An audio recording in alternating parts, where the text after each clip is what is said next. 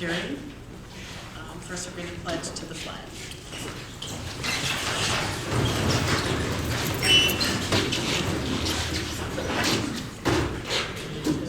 To the flag of the United States of America and to the republic for which it stands, one nation, under God, indivisible, with liberty and justice for all. Unborn.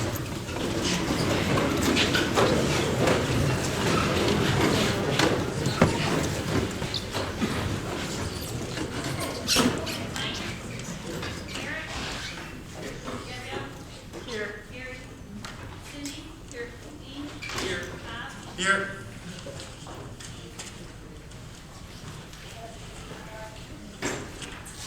Would someone like to put a motion forward to approve the agenda for the January 29th, 2026 meeting? I'll make that motion to approve the agenda for the January 29th. Do we have a second? All in favor? Any opposed? Is there any public comment that is not on the agenda? Then we're going to move forward to our attorney, Brad Fowler, and he's going to explain Public Act 233. All right. Can everybody hear me? Yeah. Good evening to everybody on the Planning Commission. Nice to see you again. Happy New Year, and good evening to everybody out there. My name is Brad Fowler. I'm an attorney at Micah Myers Law Firm, and I practice in the municipal law field, and our firm is representing Garfield Township. So the township has asked me to present tonight to the Planning Commission, largely as a refresher to you all, and also maybe as information to everyone else out there, kind of regarding not just the application that is before the Planning Commission this evening, but also the bigger picture of the legal framework in the state of Michigan since the passing of Act 233 back at the end of 2023. So that's the purpose of my presentation, and I'll get into it here. So for those of you who don't recall Act 233, I know we've discussed this at prior meetings last year, but it was enacted in November of 2023, took effect at the end of November of 2024, so it's now the law in the state of Michigan.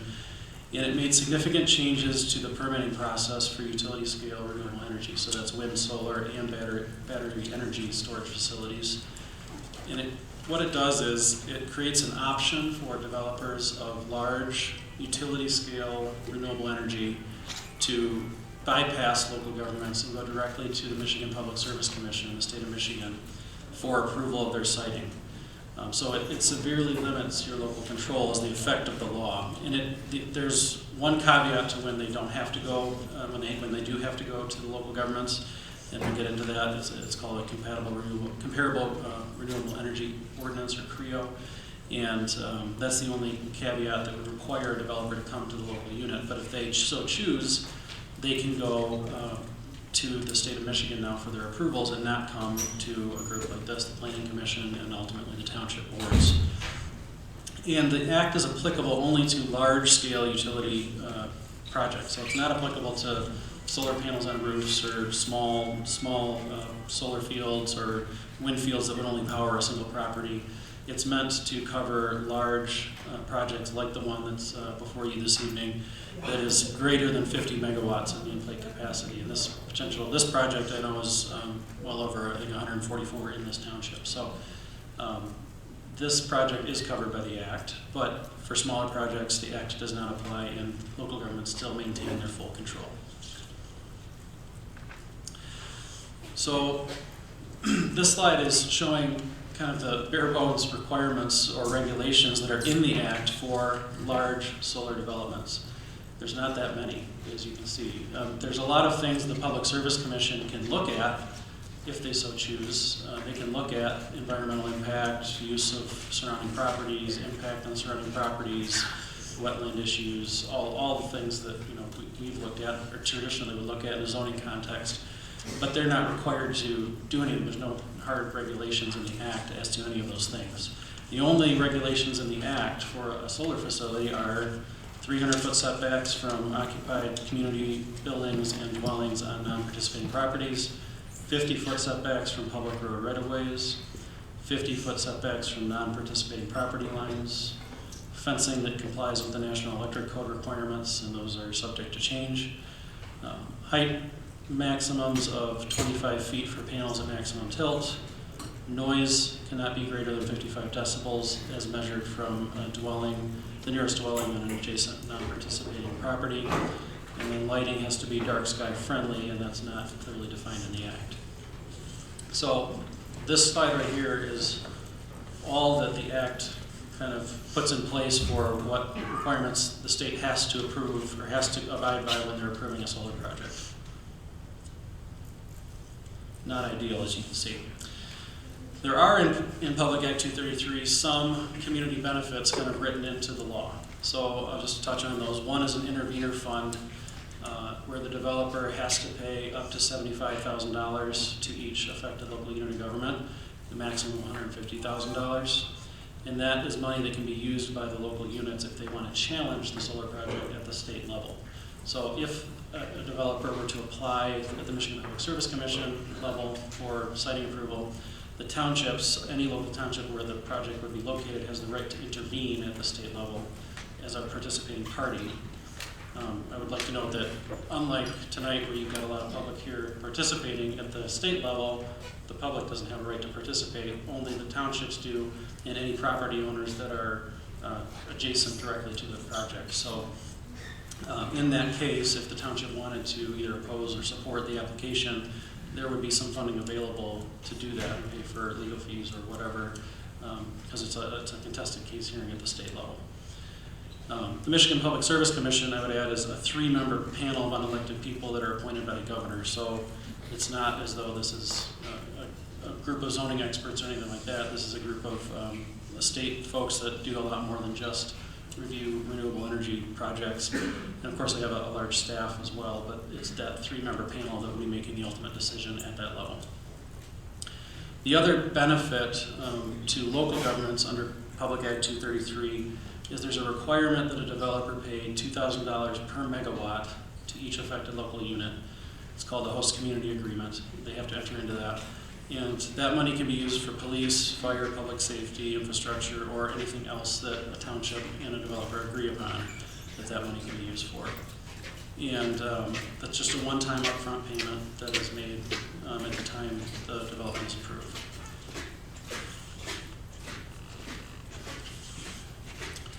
In addition to those two kind of community benefits that are baked into the law itself, there is a program, grant program called the Renewables Ready Communities Awards, RRCA for short.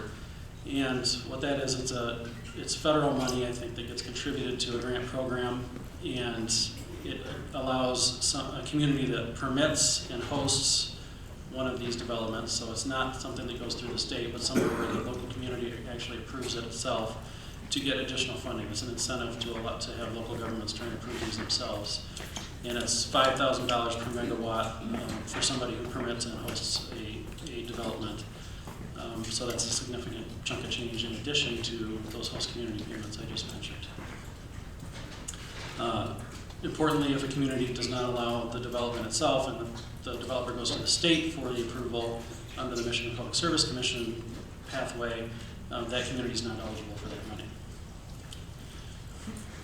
So I would just note that this program ran out of funding in 2024 and 2025, so it's done right now, but they're saying they've got another tranche of funds that are going to be distributed in 2026. So there's a wait list online, and there are communities applying for it now. Just to, so the caveat is it's not available right now, but they're anticipating it will be.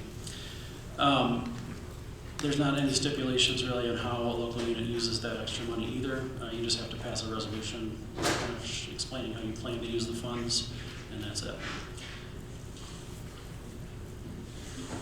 So these are the legal pathways. Now that Act 233 is the law of the land, for better or worse, and from a local government perspective, that's worse. But now that it is the law of the land, there's kind of 3 main pathways that local governments that a developer can take and that local governments can consider to try and maintain as much control as possible at the local level, which is what we've tried to do here. So the first level, as I kind of already outlined, is the developer can go to the state of Michigan and just apply through the Michigan Public Service Commission for that siting approval.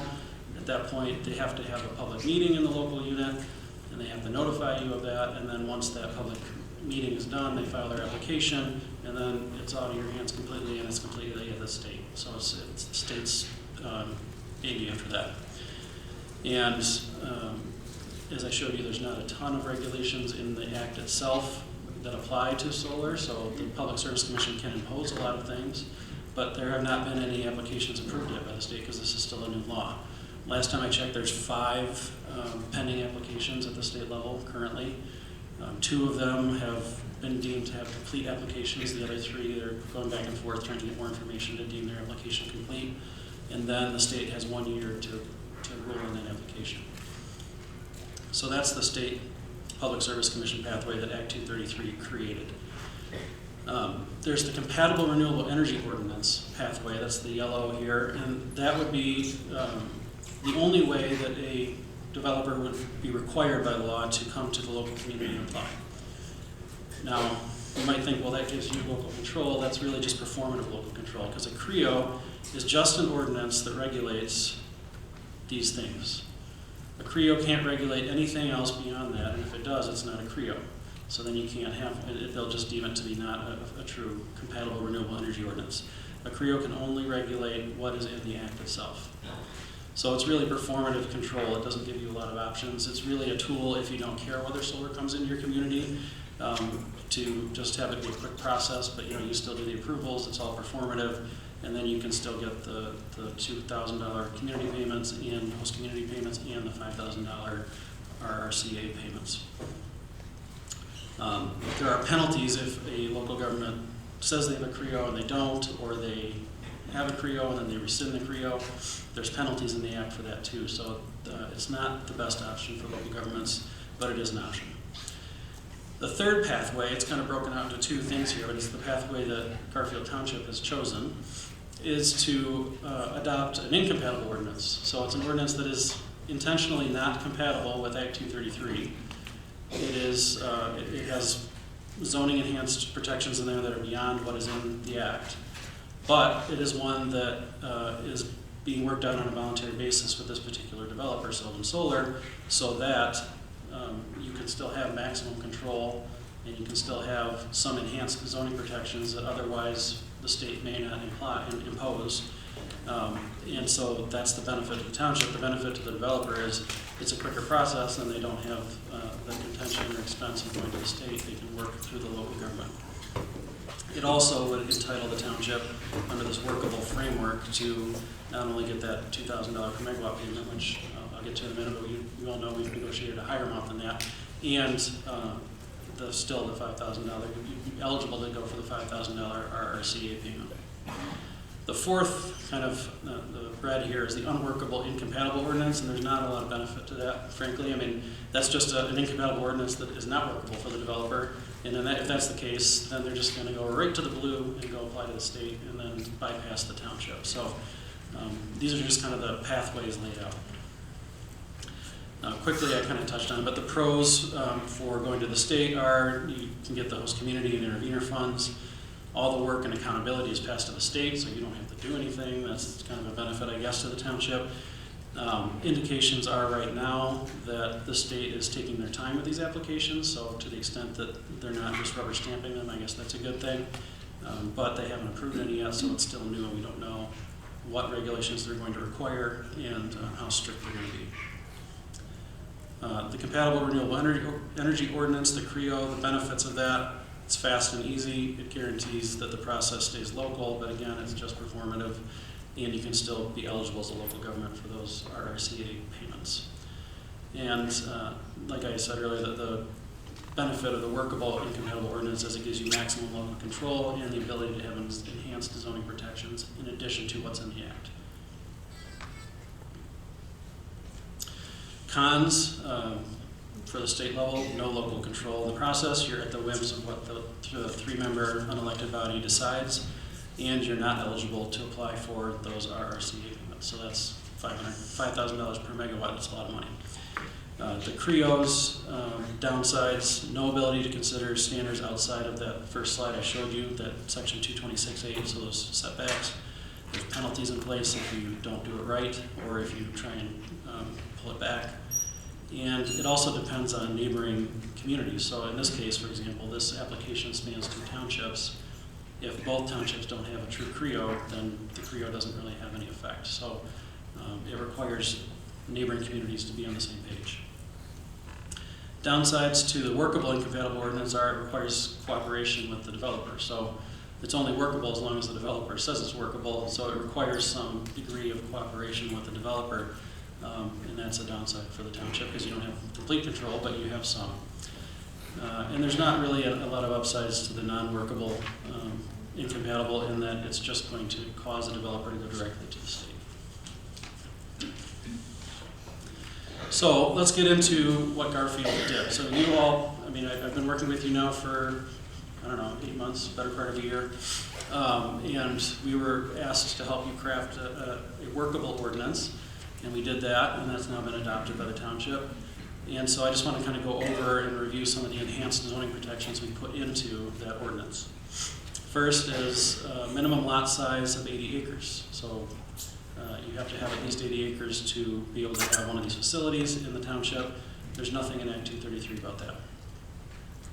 The height shall be not more than 16 feet on the solar panels at maximum tilt. That's better than the Act, which has 25 feet as the maximum height, so less height.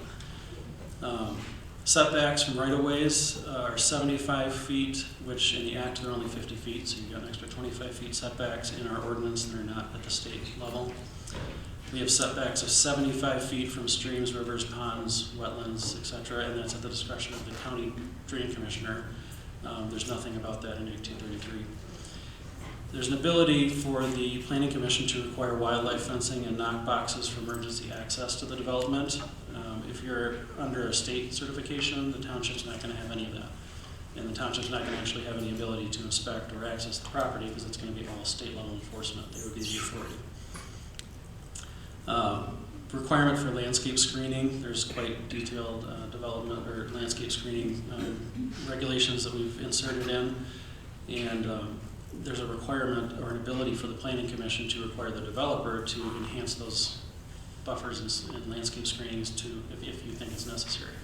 Again, Act 233, you're not going to have that ability because the state will decide what landscaping and buffering, if any, needs to be put there. Requirements for ground coverage. So under your ordinance, you require for any non-PA 160 lands that the development would have some sort of ground cover or grazing land or pollinator habitat, and there's different options in our ordinance. Again, that's not regulated in Act 233. It's something that the MPAC could impose, but not required. Maximum lot coverage of 1,500 acres. Our ordinance says that the maximum lot coverage in the township for a solar development is 1,500 acres. There's no maximum in the Act at all, and it would be up to the Public Service Commission to determine whether or not more land could be added. Land clearing and restoration requirements. So under the ordinance, we have provisions that say when they come in to construct their development, they have to minimize the impact on land disturbance, and they have to restore or repair any damage that they do.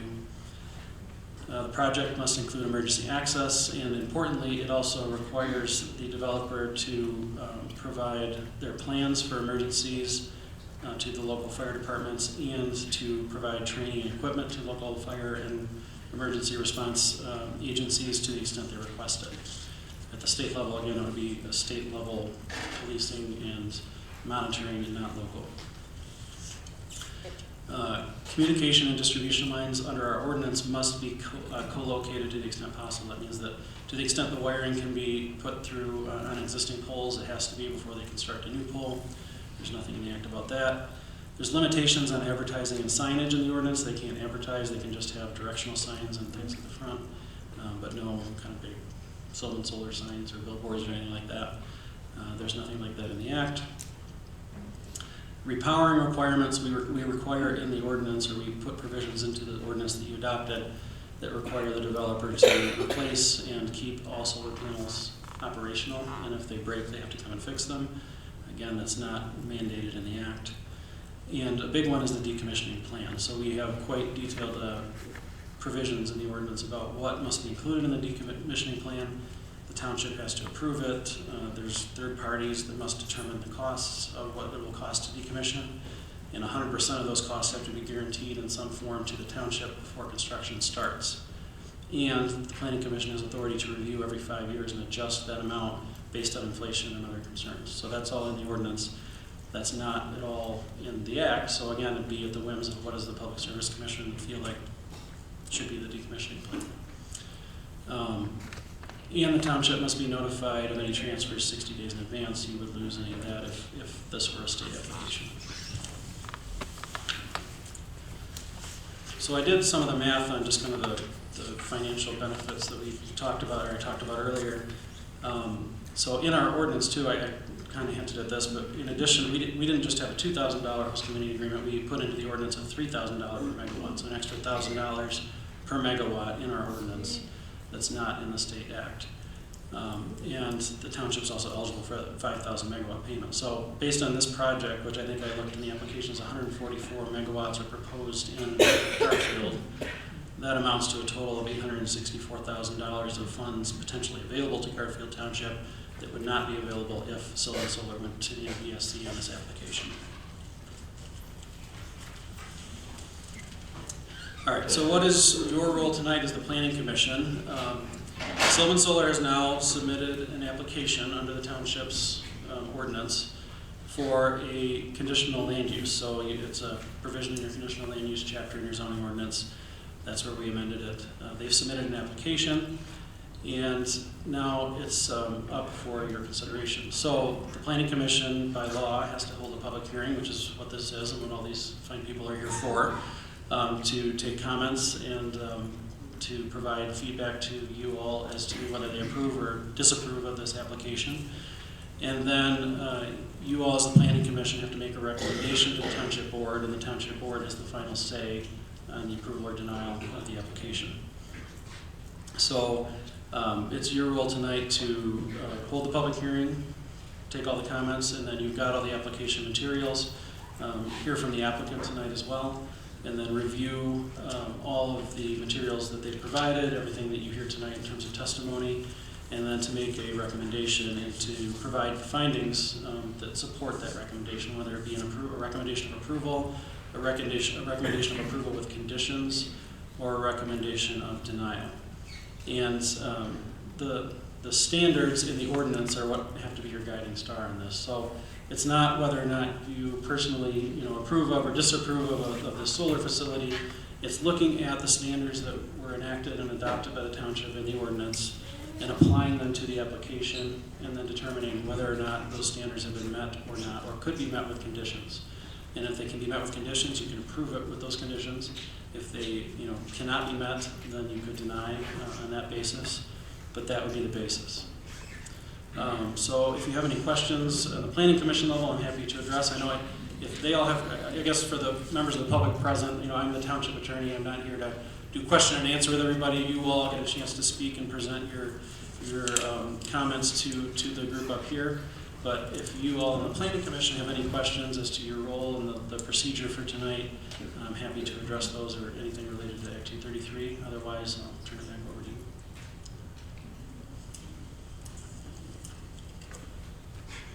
Okay, thank you very much. Welcome. So next on the agenda is old business, which is the permit for Sylvan Solar public hearing, and they will be presenting.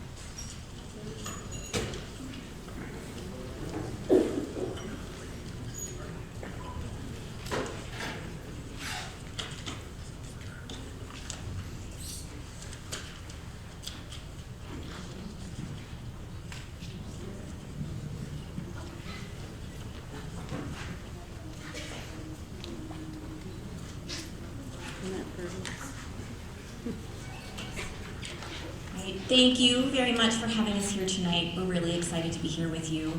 My name is Lauren Caldwell. I'm a permitting project manager with AES. And before I begin, I want to take a moment to thank the Planning Commission and Township Board. Regardless of the outcome of this meeting, I want to express on behalf of the AES team that we've truly appreciated your willingness to explore the possibility of this project. With that said, I'd like to take a few minutes to talk about who we are and provide a summary of the Sylvan Solar Project. As you are all aware now, the Planning Commission and Township Board adopted a solar ordinance and updated the master plan in 2025 to allow solar facilities in the township. And we're here tonight to share how the project design is fully compliant with the ordinance requirements and compatible with the master plan.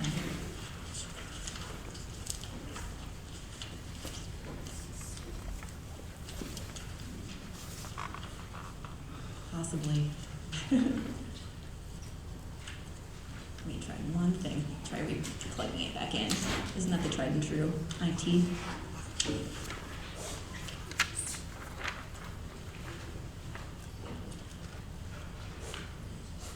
Why don't you go ahead, Dana? Thank you. To refresh your memory, Sylvan Solar is owned by AES, which has extensive experience operating safe and responsible energy facilities throughout the U.S. AES is typically an owner-operator, which means that we're in a community for the long term, from initial development through construction and operations. We have 4 operating solar projects in Michigan, which are shown as blue pins on the map on the right-hand side of the slide. The closest of these sites to Newaygo is our site in Pullman, Michigan, which is 90 miles south between Saugatuck and South Haven.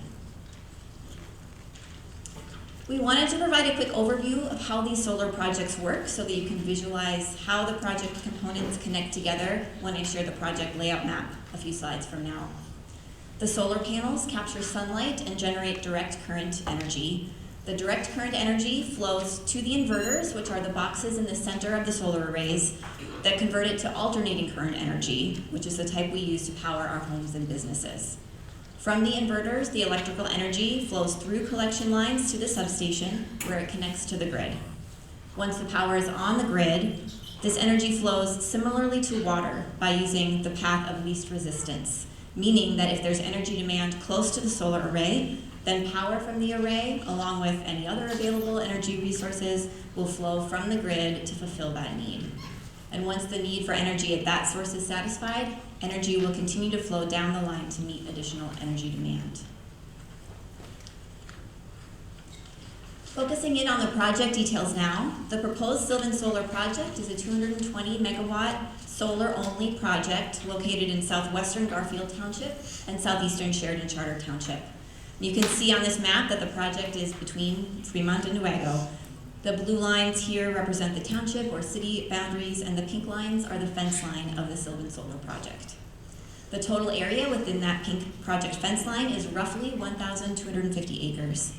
The project would connect into the greater electric grid through the existing 345 kV transmission line that's shown on the map here as a yellow line in Garfield Township.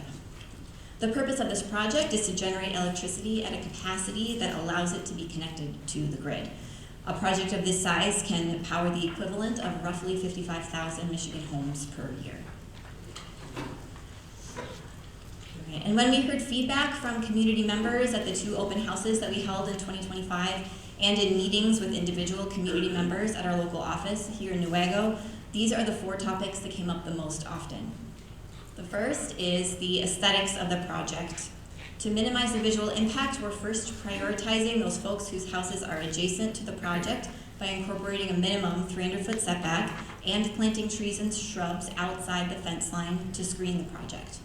Second, in terms of the visual impact along roadways, we incorporated 75-foot setbacks from the edge of the road right-of-way, and we plan to plant a tall pollinator-friendly seed mix outside the fence line along roadways for additional screening. We also heard questions about how the project may impact wildlife. The project does need to be fenced for safety and security, but we modified the fencing layout to maintain connections between forested areas and along waterways, which wildlife preferentially use to move through the area. When it comes to farmland, thank you. Solar projects like this are a low-intensity use of land that typically has a 30 to 35-year lifespan, and the land can be returned to agricultural activity at the end of the project's life. While the project is operating, the landowner gets to keep the land in their family and can diversify their income. Finally, a specialist in property valuations and appraisals, who's here with us tonight, conducted a site-specific study that involved looking at academic studies and interviews with assessors for properties adjacent to operating solar sites, including in Michigan. The study did not find any consistent negative impact to adjacent property values that can be attributed to solar projects. With these design goals and constraints in mind, this map shows the proposed layout of project components in Garfield Township.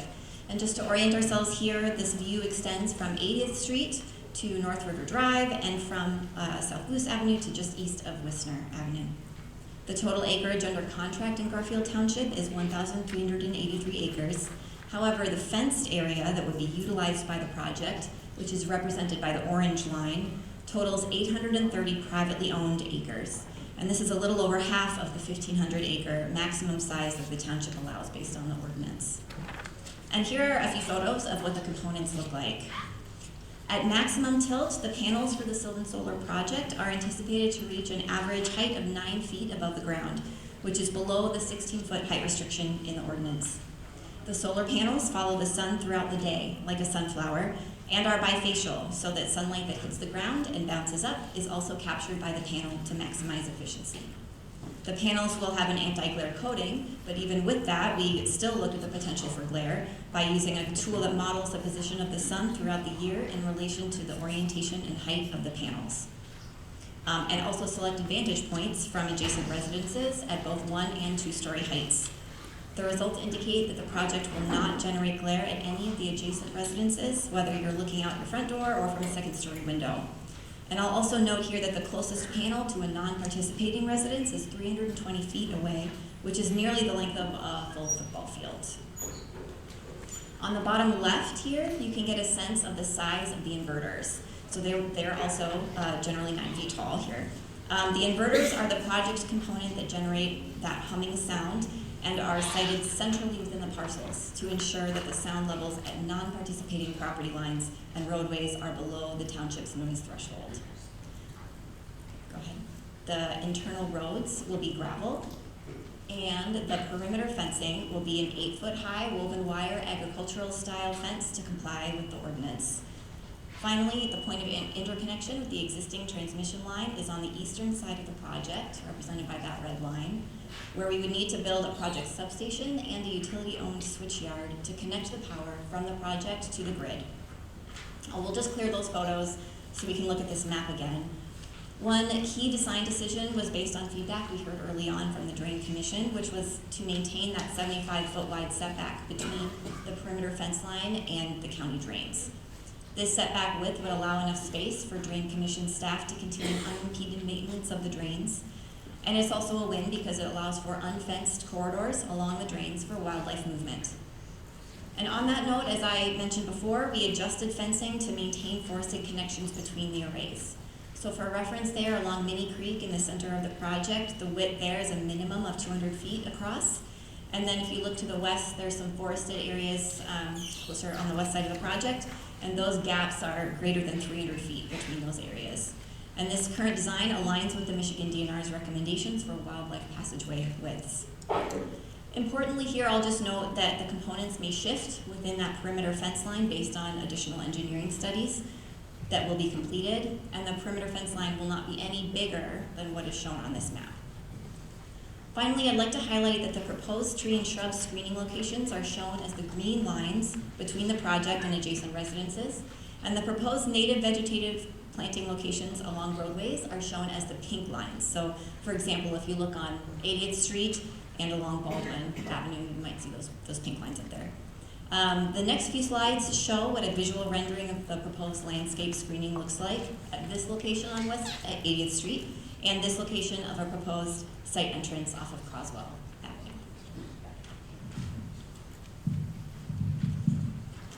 Here you can see the existing view is on the left-hand side and a visual rendering is on the right.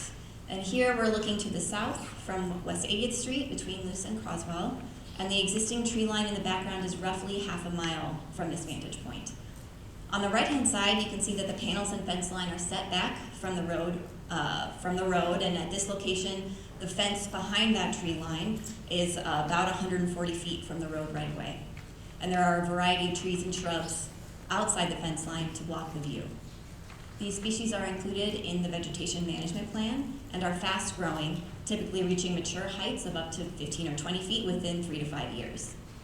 Between the trees and the road, we're proposing a tall pollinator-friendly mix of native grasses and wildflowers, which would reach heights between 4 and 6 feet tall, and a shorter native grass seed mix closer to the road. This native vegetation complies with the township zoning ordinance requirement for ground cover, and the vegetation will be regularly maintained throughout the life of the project. Here we have an example of what a site entrance and gate would look like. The left side shows the existing view, and the right is the visual rendering.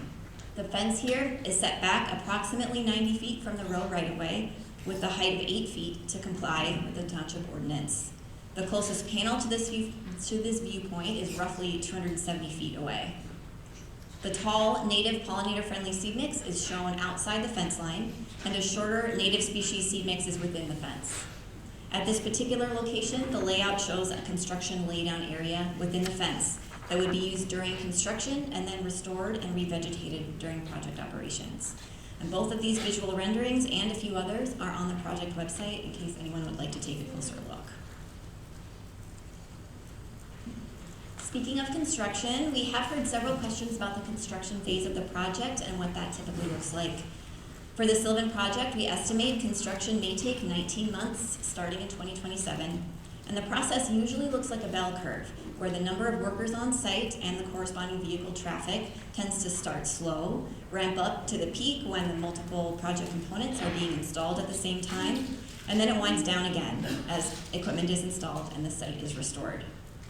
In terms of employment, Michigan State University Extension conducted an economic impact study that predicted a net 1,085 jobs would be supported during the construction phase of the project, which equates to roughly 900 jobs at any given time that relate directly to construction. So that would include on-site workers or local vendors supplying materials, and 200 jobs supported by secondary spending.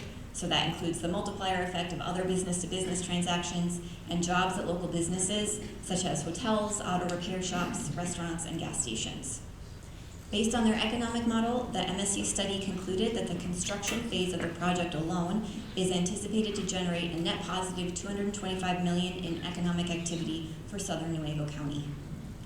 To mitigate the impacts of construction traffic, we will consult with the townships and county to prepare a traffic management plan, and we'll also have a road use agreement in place to minimize impacts on roadways. Throughout construction, importantly, project neighbors will be notified of construction updates.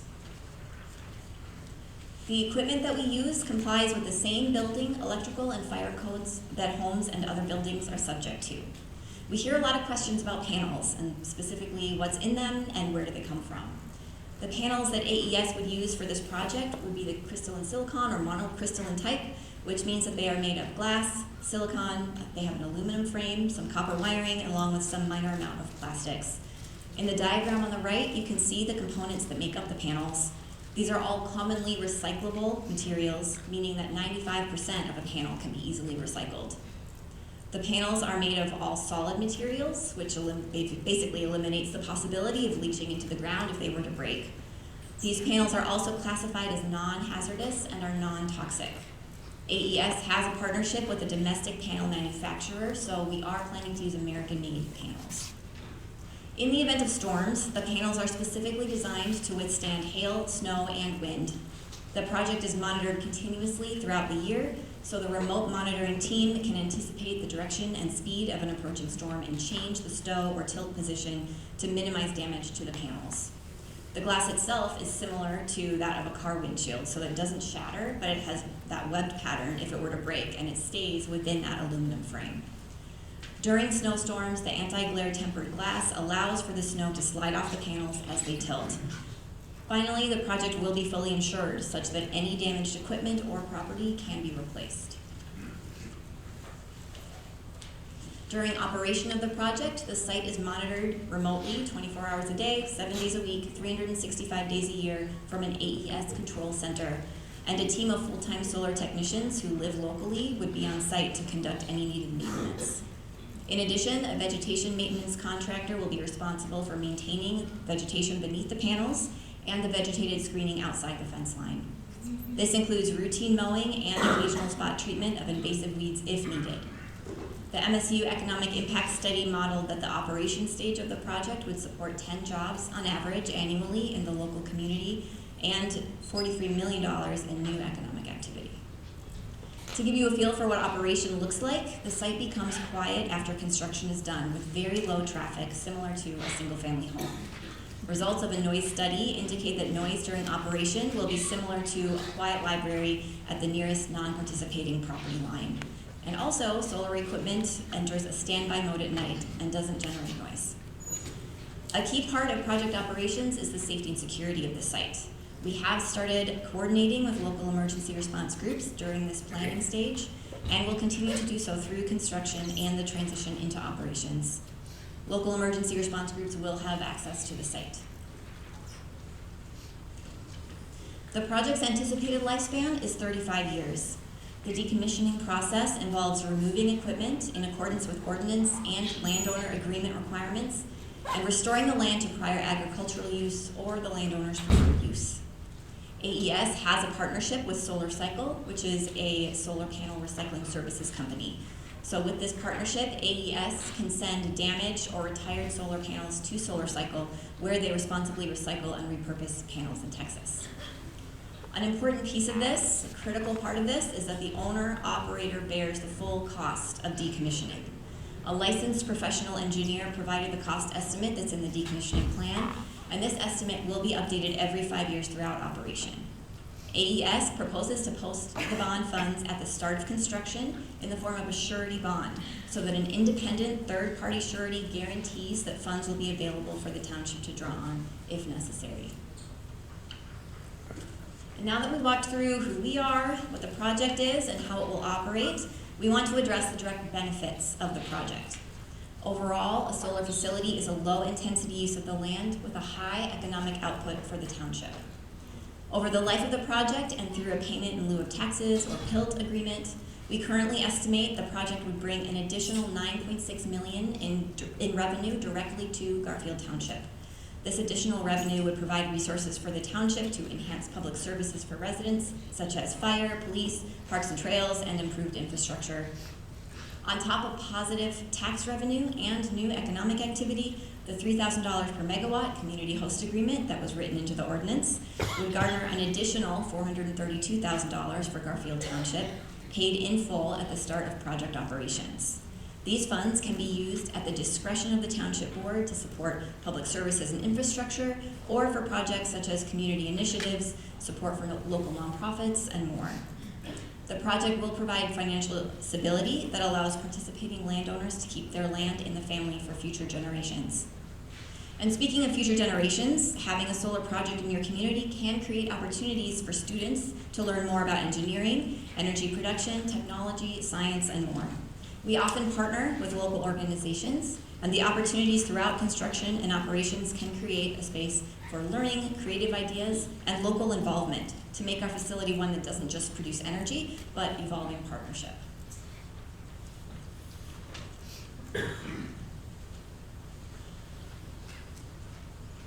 In terms of additional project benefits, planting perennial native vegetation beneath and around solar sites has several benefits for the environment. The deep roots of native grasses and wildflowers shown in this image increase water infiltration and reduce soil erosion into nearby drains and streams. In addition, native seed mixes, along with a lack of pesticide or fertilizer use, provide beneficial habitat for native pollinators and other insects, which form the bottom of the grassland food chain and support the ecosystem. In short, native vegetation below the solar arrays and outside the fence line will improve soil health and water quality, contribute to biodiversity of agricultural land, increase nutrient levels, and support land restoration. After 35 years of perennial ground cover, then the land can be returned to agricultural use. Circling back now to summarize the feedback and requirements that went into the design, Our goal was to maximize the land use while minimizing impacts to natural resources and the community. In the early stages of siting the project, experienced environmental professionals conducted environmental due diligence studies, the results of which formed the basis of a constraints map. Based on this constraints map, ordinance requirements, and local feedback, we avoided forested areas, minimized stream and drain crossings, incorporated setbacks from homes, roads, property lines, and environmental features, and proposed screening outside the fence line to minimize the project's environmental and visual impact. Now, as a summary of what I've shared tonight, once it's operational, the proposed project will generate a domestic source of energy for the local community and broader region, while providing a significant positive economic activity and long-term revenue for Garfield Township. The vegetation on site and outside the fence line benefits the soil, nearby streams, and pollinator species, provides grassland habitat, and allows the land to be returned to agriculture at the end of the project's lifespan. The project as proposed is fully compliant with the setbacks, height and size restrictions, vegetative screening, noise threshold, glare, and decommissioning standards, among other requirements in the adopted township solar ordinance. And in fact, the township's third-party consultant in the October 17th, 2025 memorandum reviewed the application, found it to be complete, agreed that it met the standards of the ordinance, and recommended its approval. Finally, the use of the land for solar is compatible with the township's master plan and rural character, as the project will be a quiet neighbor that preserves farmland for future farming and minimizes environmental and social impacts. The master plan encourages the township to foster relationships with solar developers, and we are here tonight as a demonstration of our intent to continue developing a respectful relationship and partnership with the township. For these reasons, we respectfully request that the Planning Commission recommend approval of the conditional land use for this project. We thank you again very much for your time and thoughtful consideration of this proposal. Thank you. Are there any questions from any of the? I have a question about like decommissioning. In your documentation, you said it says that Solid Solar will elect to provide what type of financial, but in our ordinance. Put a microphone on, I can't hear it. I'm sorry. Thank you. In your decommissioning plan, it says that Sylvan Solar will elect to provide the financial assurance through whatever you have listed there. But in ours, it says that the township would decide what that's going to be. Yes. Okay, so yours says a little bit different than ours says. So, and I think that the language there is just to provide some options for the township to consider. I think typically what we do is a surety bond, because that's sort of one of the very common methods of providing a decommissioning bond estimate. So, so that's what we have and why we presented it this way today. Okay, Yeah. but it doesn't really match our ordinance, right? Well, it is, a surety bond is listed in the township ordinance as a means of It providing is, it but to the township, it was supposed to be the one that selected the type. I'm just that's fine. being very detailed about what we're looking Yes, at. yes, the township can select the type of bond. Yes. All right, thank you. Any other questions? My concern is value of homes, and I'm reading your sample here. It says a home sold in May of 21 for $215,000. But then again, it sold, same property sold in 2023 for $250,000 for an increase to 16%. My problem is that this was during COVID, and the normal house rose 30 to 40%. We all know that during COVID, all our taxes and everything else went up. I mean, house value just went up. But this just went up 16%, and the same zip code, it went up 0.67%. Do you believe that it was just COVID and the price of that, or what's your explanation on that? Thank you for that question, and we do actually have our property value specialist here tonight. So I'd like to invite Andrew Lyons from Cone Resnick to come up and he can speak and answer your question. Hey, good evening. Andrew Lyons, Cone Resnick. So we did track that home and all the homes that we use in our study that have repeat sales, and we compare them with the FHFA Home Price Index. So that index is run by the government, and they show exactly how all of the homes in that particular area are trending over a time period. So we look exactly at when that house sold the first time and when it sold the second time, and we match that increase with what the market is doing. I don't deny that many houses during COVID increased at very large amounts, but for that particular zip code, in that particular area, it matched almost exactly. In fact, it was a little bit, tiny bit higher than it was for the entire zip code. Is there a large solar farm in this specific zip code that caused it? There are a number of zip codes that are right around there, and if I had the data in front of me, I could show you that they were all trending in that same manner. But yes, the census tract is fairly large. It's not just occupied by that solar farm. It's occupied by a great number of homes and a great number of land uses. Who wants to move next to one? Anybody else?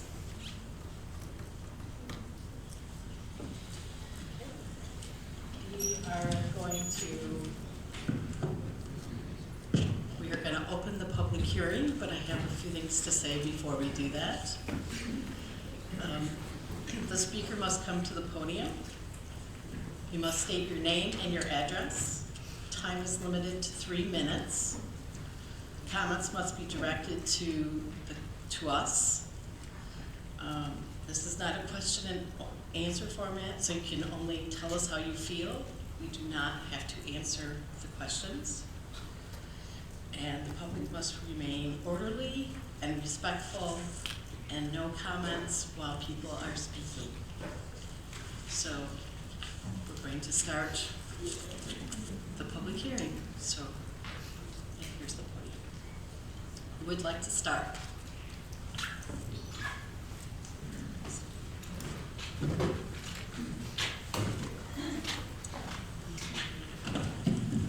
Make sure we work here. Okay. Hi, my name is Mark Rudder. I live in Garfield Township. I'm a trustee on property that's across the street from the proposed sites and adjacent to the Muskegon River, so within the Muskegon River watershed. I'm here to state my opposition to the Sylvan Solar project as it's currently planned. First, we need to address the sort of the black box nature. Prior to tonight, they had disclosed the chemical content of the panels, and then I heard her say tonight it's going to be this silicon panels, and that's great, because the soil that we have right now is very susceptible to drainage. It's not going to block any chemical contaminants that might get passed through. So we need to make sure that the panels that they say they're going to implement, actually, from what I've seen in the proposal, there's no mention of crystalline silicon panels. So we need to specifically, we need a specific condition of approval. They must use the panels they're claiming they're going to use, so that we don't end up with groundwater and all contamination seeping into the Muskegon River watershed. Second, we need some financial security. There have been many lawsuits and fines due to massive sediment runoff from solar panel construction. What we really need is a construction performance bond. Right now we have a removal bond, but we don't have a construction performance bond. We need cash in escrow to fix any sediment runoff or property damage that happens during construction, rather than waiting years, either for insurance payouts or lawsuits. We need to be able to make people whole at the time the issue occurs and not wait or have to go fight lawsuits to get compensation. We also need an independent environmental monitor. AES was fined $3.1 million just last August for toxic pollution in Puerto Rico. We can't trust them to police themselves. We need an independent inspector selected by the township, not AES, for on-site daily monitoring of construction. And then third, this project sits on a high priority population for the Conner blue butterfly. I know they did a study of endangered species. Somehow they missed one that's been endangered since 1992 and is known to be in the area, specifically in Newaygo County, but in areas, sandy prairie areas, just like we're proposing to put these panels. There's currently on file no record of a proper U.S. Fish and Wildlife Service study on this site with regard to the species. And a desktop review, which is often used to sort of get past this issue, is not sufficient. We have to do a proper protocol survey conducted in May or June when this species is actually out and alive, and the plants that they rely on are present to determine whether they're going to be impacted. And some might say, well, these used to have cornfields, but I'm almost out of time. Okay. Thank you. I appreciate your time. Thank you very much. And just for your reference to the time.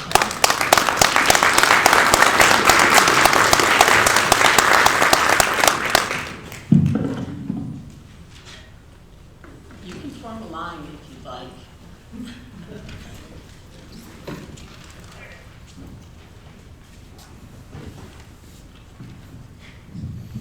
My name is Sarah Pergitzer. I do not live in Garfield Township, but I've spent a lot of time there. I like it very much. My father did the original soils mapping of all of the farms in Newaygo County back in the early 60s, and I knew this area very well. We moved here 49 years ago, and I have taught science since then. And when I retired, I devoted myself to environmental work, including working with the carnival butterfly, specifically. Back in the 70s, we prayed for a solution like this. We knew that the population of the United States and of the world was going to grow exponentially, and it has. We were polluting using fossil fuels to get our energy, and if you have never driven through a fracking field or seen mountaintop removal, it's horrible. We are in such a better position now. We dreamed of electric cars. We dreamed of a power source that could power our homes and our industries. Solar power was taught in my classroom back in 1979. I could use solar panels made of silicon and fine wires, just like it's going to be used here, with my 10 and 11-year-olds without damage. They're not going to leach into the ground. When Sylvan Solar came into the community, I sat down with 13 very, very specific questions dealing with hydrology, pollution, construction of the panels, even local genome native species that could be planted. This is what I feel. I feel that it would be very progressive of this for this county, or these townships, to have solar energy here. It's going to be economic boom. It's going to feed into the grid and give us electricity that we desperately need. The land stays usable. Pollinators and native species are just a great way to go. The environment is preserved, the hydrology is preserved, the wildlife corridors are preserved. We're using native plants, not invasives, and it can be returned to farmland, and people can keep it in agriculture. They can do bees. I don't know if these panels would support sheep grazing, but it would allow the soil to rest. We would not have to use pesticides. We would not have to plow it. I just think it's a great idea. So I would like to urge you to approve this. I think it would be very progressive for this particular area. Thank you. You don't live in the township. No. You get to decide. No comments, please. Good evening, my name is Doug Idish, and I live at 3606 North River Drive. I'm here today because the Sylvan Solar Project represents a fundamental violation of our property rights, our health, and Section 14.28 of our own Garfield Township zoning ordinance. Section 14.28 was written to protect the health, safety, and welfare of residents. It was specifically exist to ensure that industrial projects do not become a nuisance to the community. This project fails that test on day one. First, there is the construction phase. The developer plans for 18-month, which I think I even said 19-month today, defined by relentless rhythmic pile driving, vibration that travels through the ground and into our foundations. This isn't a temporary annoyance, it's a 1.5 years of sustained stress that violates the spirit of our nuisance protections. Then there's the operational phase. The industrial inverters, which they showed the pictures of, required for this 1,383 acre site, produce a constant high-frequency tonal hum. Unlike the sounds of a farm, this is a mechanical drone that is consistent. Medical studies have shown that constant tonal humming leads to, I'm not sure of the pronunciation, or vibroacoustic disease, chronic sleep deprivation, and cardiovascular stress. For residents, this creates a noise envelope that renders our yards unusable. Our livestock and pets, who are far more sensitive to these frequencies than humans, will be forced to live in a state of constant distress. Section 14.28 is clear. Projects must not create a public nuisance or an undue burden on residents. This level of mechanical vibration noise is a documented nuisance. The most disturbing part, the developer is asking you to approve this permit based on incomplete data. In their own written responses, they admit that their noise and output eliminates are based on preliminary engineering designs. You cannot find that a project complies with section 14.28 based on preliminary data. They are asking you to gamble with our health while they hide the true impact. A property line is supposed to be a sanctuary. It's a boundary where a corporation's industrial project ends and our right to quiet enjoyment begins. Because this project cannot guarantee the protection of residents and their animals from these documented nuisances, it fails to meet the legal standards of section 14.28 for a conditional use permit. I strongly urge this board to follow your own ordinance, put the health of your constituents and their animals first, and deny the Sylvan Solar Project. Thank you.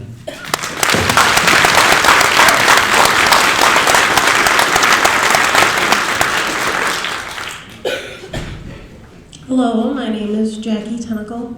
I live at 8979 Croswell Avenue, kind of by 88. I don't really know a whole lot of the technical stuff, but I know that I will be surrounded in front of me, both sides of my house, and behind me. And I won't get to watch the wildlife, and I have 2 little kids, and kind of concerned about what they're gonna do to it. So, I don't know, I just worry about the wildlife and the surrounding land, I guess. And I feel like the Sullivan, the whole Sullivan construction is more for making money than worrying about the wildlife. But that's just my concerns. Thank you.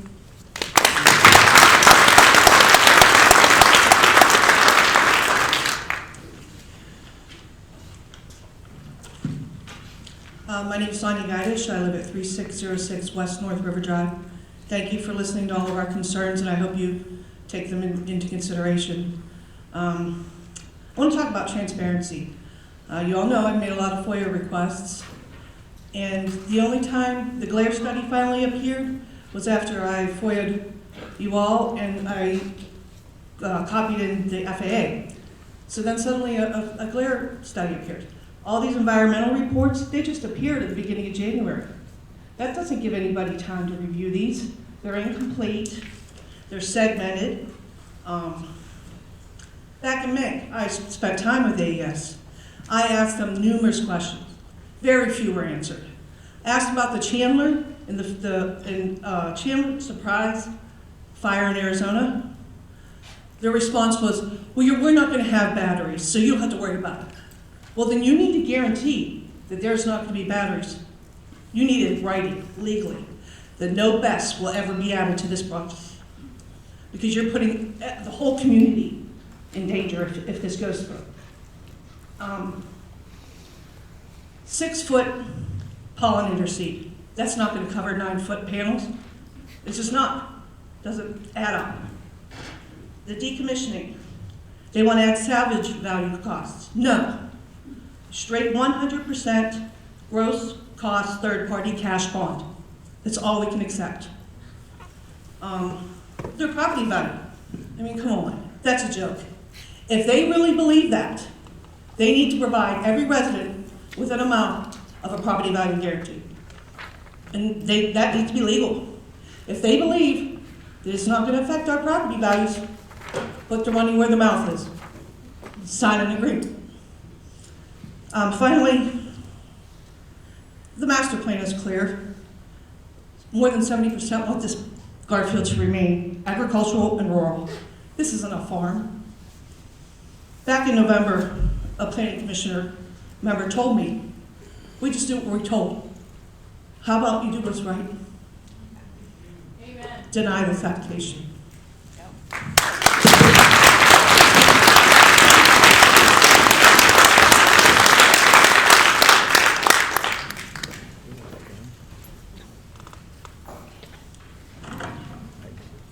Good evening.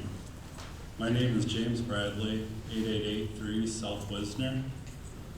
I am a neighboring property owner to the proposed Sullivan Solar Project. Thank you for the opportunity to speak tonight. These comments are not about energy policy. They address whether a large-scale industrial project is appropriate in a rural township when it conflicts with local planning goals and has not met the township's ordinance requirements. At the center of the application is section 18.18 subsection H of the zoning ordinance. While the applicant has held open houses and offered one-on-one meetings, Garfield Township. the ordinance requires a public meeting, mailed notice to affected property owners, and documented attendance in meeting minutes. A FOIA request confirmed that Garfield Township is not in possession of this required documentation. Without it, ordinance compliance cannot be verified, and open houses do not substitute for ordinance explicit process. This lack of documentation raises broader concerns about transparency and planning consistency. The township's adopted master plan emphasizes preserving rural character, protecting farmland, and ensuring that major land use decisions reflect documented community input. As part of the recent master plan review, a majority of respondents did not support wind and solar farms in Garfield Township. Yet the application does not explain how a project of this scale aligns with those planning goals. Community concerns extend beyond the master plan survey. A public petition signed by residents and neighboring property owners further reflect the importance of complying with public notice and engagement requirements. Questions also remain regarding due diligence. Aside from a general engineering review, no independent studies have been commissioned by the township, nor has the township consulted other Michigan communities currently living with AES solar projects. A conditional use permit is not automatic. It requires documented ordinance compliance, independent verification, and consistency with local planning goals before approval, not after. For these reasons, I respectfully request denial of the application, or at minimum postponement until ordinance requirements are fully met, documented, and made available for public review. Thank you for your time, and thank you for your service to Garfield Township.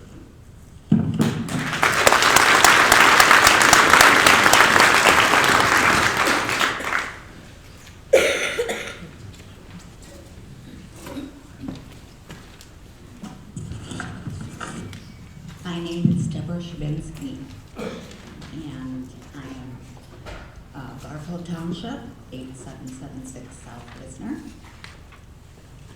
And I just have bullet points. I did some research on solar, and from different places.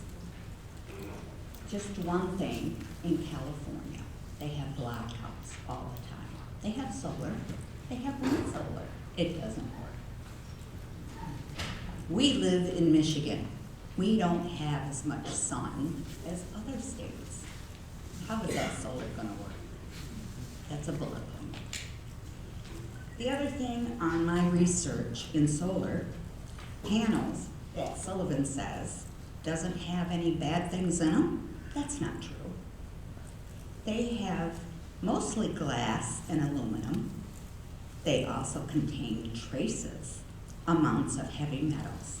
like cadmium, lead, copper, arsenic. They can't say that it's just made of glass and aluminum. What good is that going to do to create solar? They have to have other things in those glass to create the solar. The next thing is long-term operational noise. There's humming and buzzing. We're going to deal with that every day. The fire concerns, the inverters and substations pose a risk for electrical fires. That is going to happen. The loss of prime agricultural land. We live in the country. We're rural. We have our agricultural farmland. We want to grow our food. We don't want contamination. What happens when they don't get enough sun and they just leave because they go bankrupt and you don't get your money? That could happen. Have they been in business long enough to prove that they're worth the money they promise you? Habitat disruption. We live in a wildlife facility. We want our country, we want our rural lives. We don't want industrial in our lives. We don't live in the city. We don't live in California. We don't live in those big states. We're going to have traffic with all this production. That's going to ruin our roads. Who's going to fix our roads? Are they? They didn't say anything about that. Have they been in business long enough to prove that they're going to be profitable and they're not going to ruin our rural land, our soil? Can they prove that? It's been 3 minutes, I'm sorry. Thank you.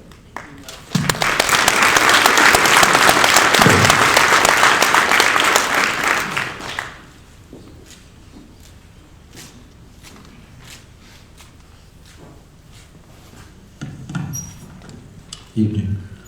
Robert Voigt, 2598 West 56th Street in Newaygo. I'm a Garfield Township resident for the last 20 years. Prior to that, I lived in Bridgeton Township for about 10 years. We live on about 20 acres, and I've always appreciated the ruralness of this area. We have, our land is leased, we grow alfalfa, and it's just the nature of this area that has attracted me and it keeps me here. I raised 3 children here, and we've always enjoyed the outdoors in this area, especially throughout, the Dragon Trail and how the improvements they did with that and the things that they've done in this area.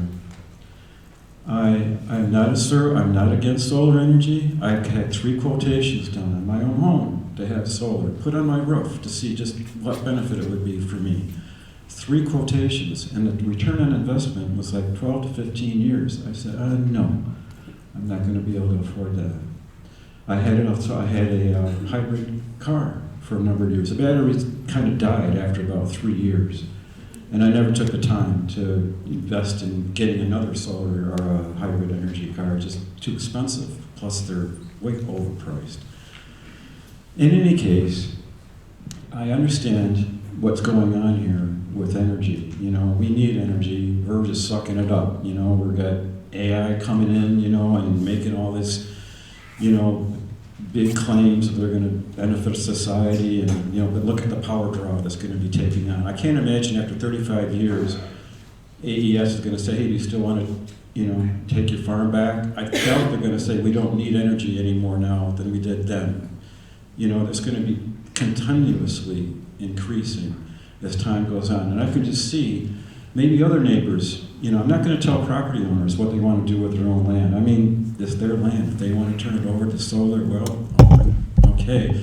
But for the community as a whole, as you can tell by many people here, that they've given each applause, that we're not so happy about having that kind of thing in our community. Granted, this Act 233 kind of takes away from all that as far as our own, township is concerned. If we all just take a vote and say, yeah, we don't want it, it's like, oh, well, too bad. The state says you got to have it anyway, if they want to go their route, AES.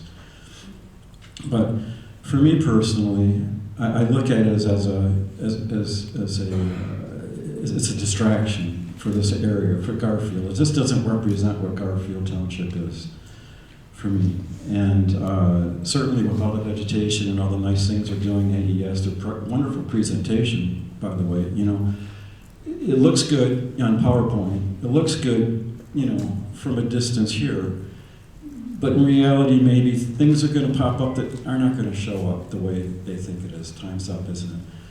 Okay, I want to appreciate, thank you for your time, and thank you for this opportunity to talk.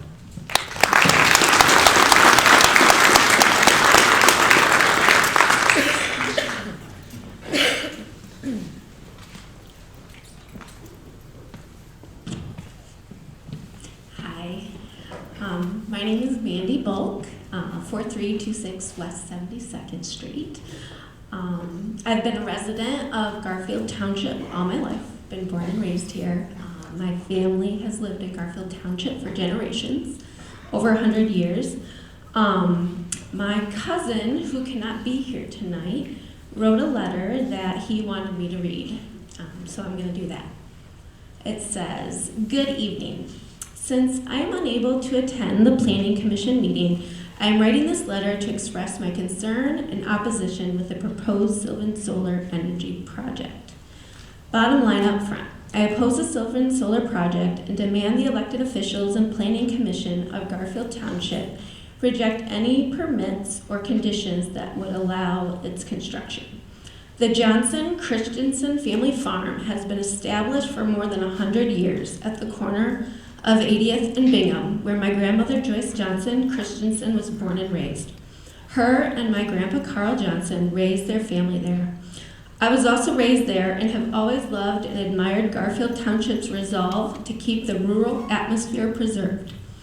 My wife, Sarah Johnson Graff, also grew up in Garfield Township, and our families have been close to so many of your families over the years, such as the Sukis, Larsons, Carlsons, Huesmans, Wallaces, Monroes, Melvins, DeWhistlers, and so many more. Her and I longed to return to Garfield Township to start a small homestead in retirement and help raise our grandchildren and teach them the same principles the only rural living can provide. Besides our family properties, we have been Garfield Township landowners ourselves since 2007, preparing all this time for the day we can return there to live permanently. We are even planning on being buried in the township cemetery someday because the area means so much to us. The proposed solar project goes against everything the township has stood for all these years. By allowing the installation of solar panels and fencing across 1,383 acres of land in our township, you would ruin the very thing people choose to live here for. Open rural spaces divided between agricultural and forest land. It would negatively affect wildlife habitat and migration. It would negatively affect the ground nutrients for decades. It would negatively affect visual appeal. It has the potential to leak harmful chemicals into the groundwater. Also, it goes against the majority of the citizens' wishes as defined in the master plan of Garfield Township. We as a society are responsible for God's given land, and we can do much better than allowing this monstrosity to be built upon farmland in Garfield Township. No matter how much money the township may miss out on or megawatts of electricity it could potentially provide, we need to turn this down because it is the right thing to do.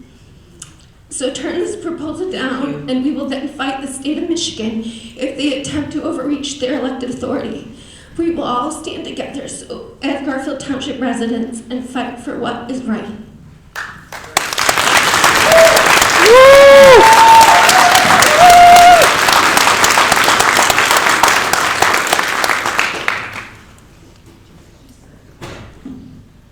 My name is Dawson Niblink. Family farmer resides at 4560 Northwest 88. I want to start off with a short Bible verse, Proverbs 12:10. The righteous care for the needs of their land. I'm going to be a little bit nervous. I don't like public speaking, but this is important. Lady showed a map up there on the screen. and she said it doesn't affect our wildlife. Well, I can see my farm on the bottom right corner, or the bottom left corner, and solar panels surrounding the farm.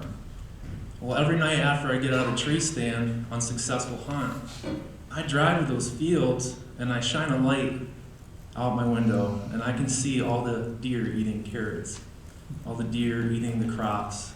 Seeing the big bucks that I don't get to shoot because they didn't come on my property. Just because it's in the field doesn't mean it's not going to affect the wildlife. All right, I've seen some of the biggest deer in my life right where the solar panels are getting plopped. A lot of these companies, they can sell out or they can go bankrupt. Then we're left with responsibility. A little bit of research. Sylvan Solar does not have to tell you that they sold the company, and you will get a 60-day notice after it's already happened. We all know where that $432,000 is going. It's to fix up the roads. I'm in construction.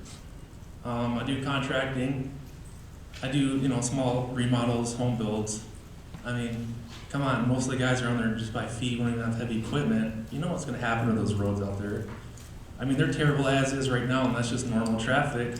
All the money that the county's getting is just going to go to fix it up. So it's like a double dipping scenario.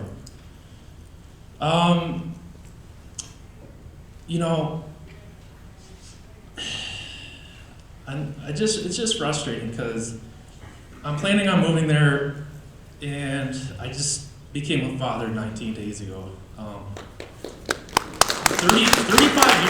35 years of panels. So my son's gonna be 35 years old, and it's just ridiculous. Like, I wanted to create memories. I was planning on building my own home by myself this year because it's the only way a 23-year-old can afford. My family's helping me, and so I was planning on doing all the work myself. And it's just destroying that. It's ridiculous. So what am I gonna do? Am I gonna raise my son up next to a bunch of solar panels? And I know there's a ton of hunters in here because on opening day of rifle season, it's nonstop war zone. Do you think the deer are gonna like all the fucking sorry. I'm a construction worker, so there's gonna be a lot of that around there too for 19 months. You think the deer aren't gonna hear it and just go away? I mean, I actually shoot 4 or 5 deer here, and I fill up my freezer. And I haven't been to a grocery store in a couple I'm sorry, years. sir, but you've done your 3 minutes. That's fine.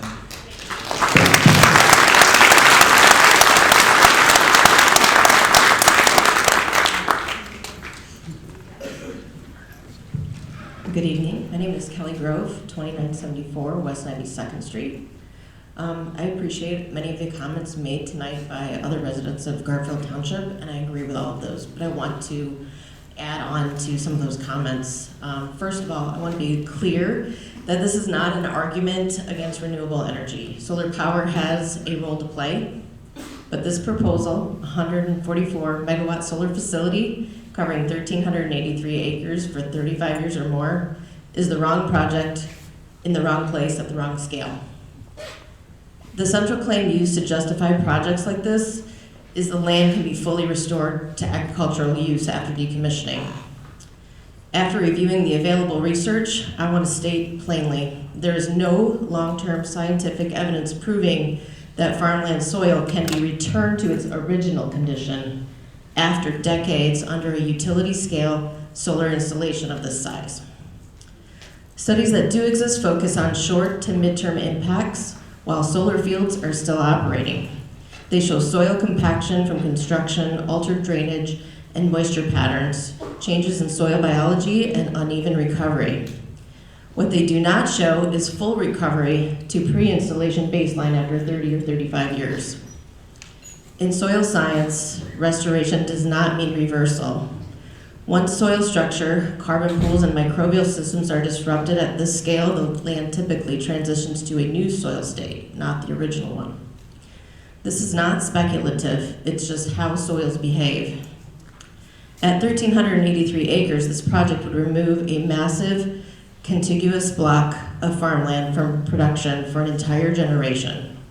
That decision affects not just today's landowners, but future farmers, food production, drainage systems, and the long-term character of this township.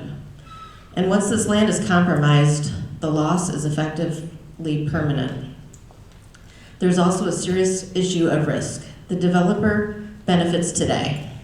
If the assumptions about restoration turn out to be wrong decades from now, the developer is gone, but the township bears the consequences. Financial assurances cannot recreate soil that took centuries to form. Renewable energy policy does not require sacrificing prime farmland. Brownfields, industrial sites, rooftops, and already distributed land exist for a reason, and choosing farmland is a convenience, not a necessity. As township officials, your responsibility is not to facilitate every proposed project, it's to protect the long-term interests of this community. Based on the scale of land loss, the permanent risks involved, the prudent and responsible decision is to deny the Sylvan solar proposal. The land is irreplaceable. Once it is functionally lost, it cannot be truly restored, and I urge you to reject this application. Thank you.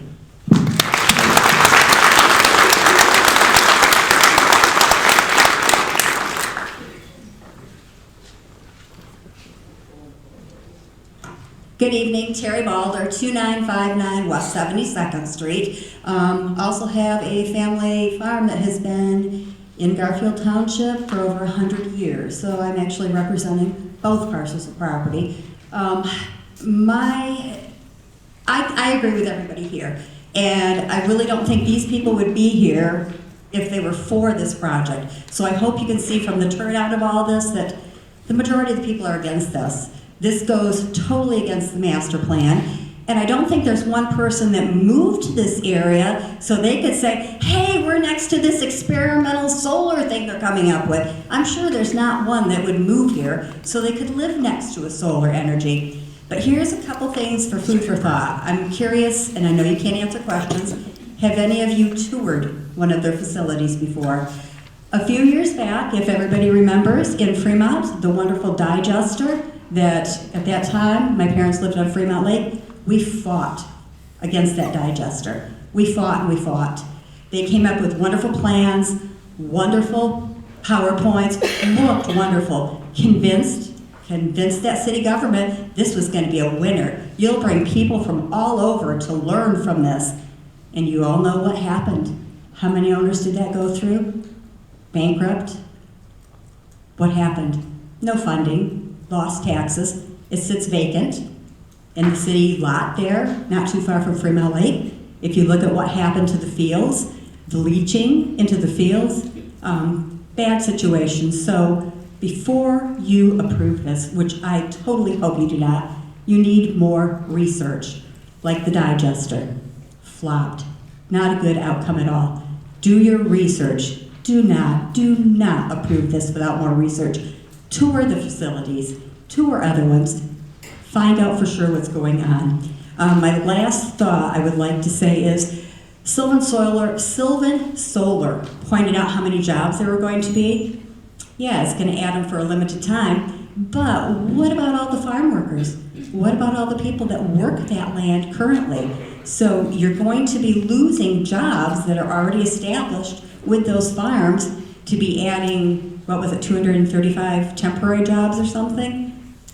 That's all I have to say. I 100% do not agree with Sylvan Solar, or please do not approve this.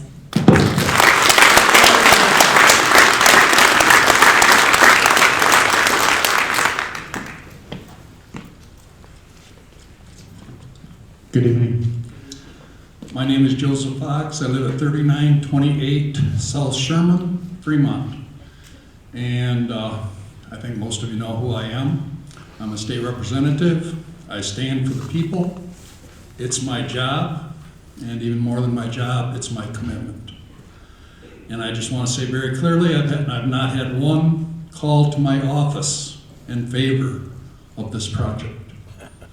I did get a visit from Sylvan Solar in my office. I watched this green energy package go through, driven, even more pushed by leftist and progressive people and agenda back in November 2023. I voted against it and still stand against it, and it smells a whole lot like Goshen to me.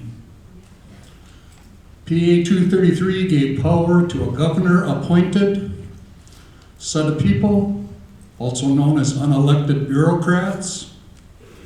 This is a law written to deliberately handcuff you, to make it darned if you do, and darned if you don't. With all the enticements of money, the taxes, etc. So I called our caucus lawyer today just to get the latest and the greatest. And for your information, there's a case pending right now in the Michigan Court of Appeals. 67 townships are against what the Michigan Public Service Commission is up to.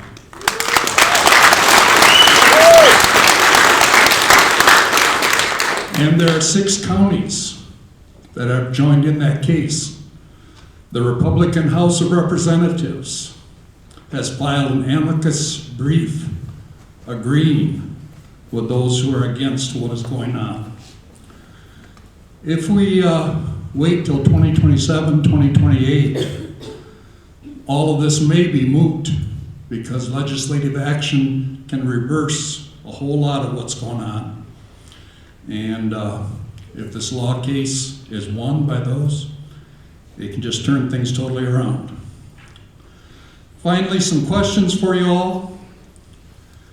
Number 1, is this project simply being driven by money? A reminder, the love of money is the root of all evil.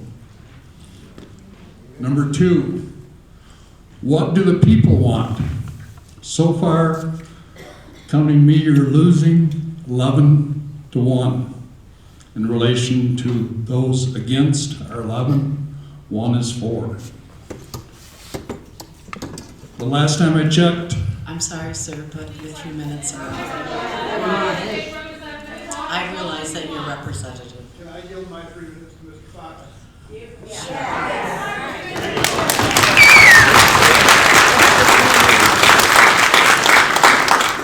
I don't have much more to say. Except the last time I checked, our Constitution says, we the people. And we have to ask the question, what do the people want here? Put it to a vote. We're not under tyranny, and the state is not our master. And with that, the last question, who is in charge?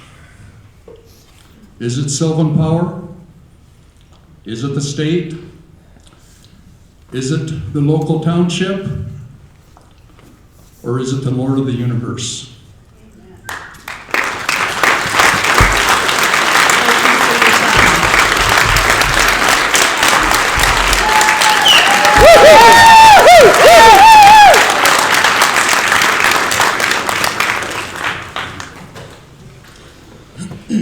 Hi, my name is Brad Daniels. I live at 7777 Baldwin Avenue. Thank you for your time and your service. I just want to state my opposition to this project.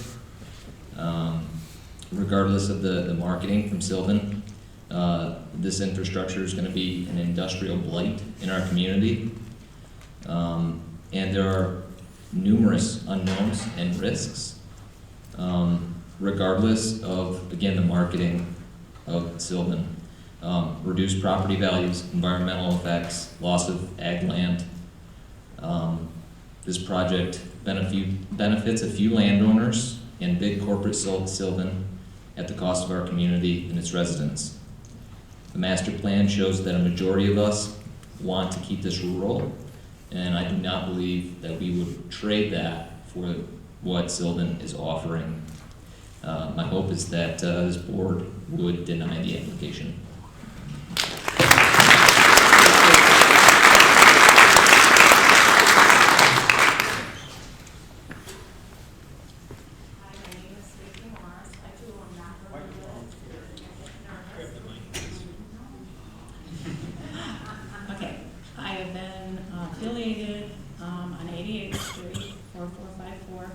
property for over 50-some years. And the survey that we did take, and that's why there's a lot of people who have stayed there 30, 40 years plus. Because it's a good rural agricultural community. So I agree with what everybody else has said. They got excellent points and reasons, so we all turned out for this. I guess my thing is to add an ordinance that can they check the soil every so often? Can they water test the water? Because just around my neighborhood, there's 8 drains, there's 8 creeks, there is streams, and it all heads to Muskegon River. So I guess my thing is if there's an emergency, if there's fire, who do we call and how quick will they come out? We do wood for our purposes, we cut wood, we have the farmland next door to all this that's going on. We do hay if something happens. I know that from November to January, you're lucky if you get anywhere from 8% to 30% of sunlight. Otherwise, it's cloudy, covered with the snow and the ice. And so I guess, how much do you really get out of all this energy for all this damage and all this upset stuff with the area? Thank you.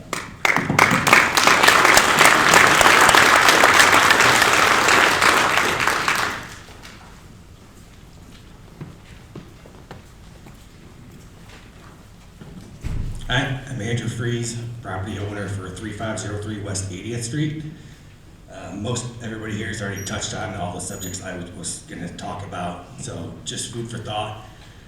Several years ago, a pig farm or pig house was put in next to my property, and I was told that my property value was not going to decrease. That was a lie. I can't even go outside my house in the summertime and enjoy my property because of the smell. And I'm a farm owner, so I don't agree with the property values not dropping. Thanks.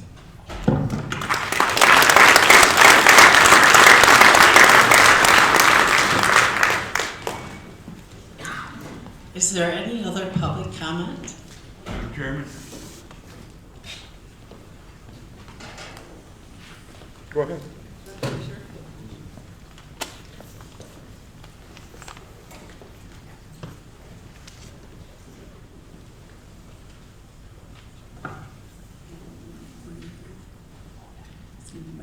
Mike Holder. Joanne and Daniel held 3025 West 80th Street. I can't even tell you how many times I've heard solar power mentioned in the news since the December 16th meeting was canceled, and none of it has been positive. Solar energy has been proven to be a scam. States that fell for the scam have reported paying larger amounts for their energy than the states without solar. Look at Germany. Sadly, they fell for the scam. Solar has ruined their country economically. In case you haven't heard since we were last together, the Trump administration canceled Michigan's 156,000 slice of the federal Solar for All program.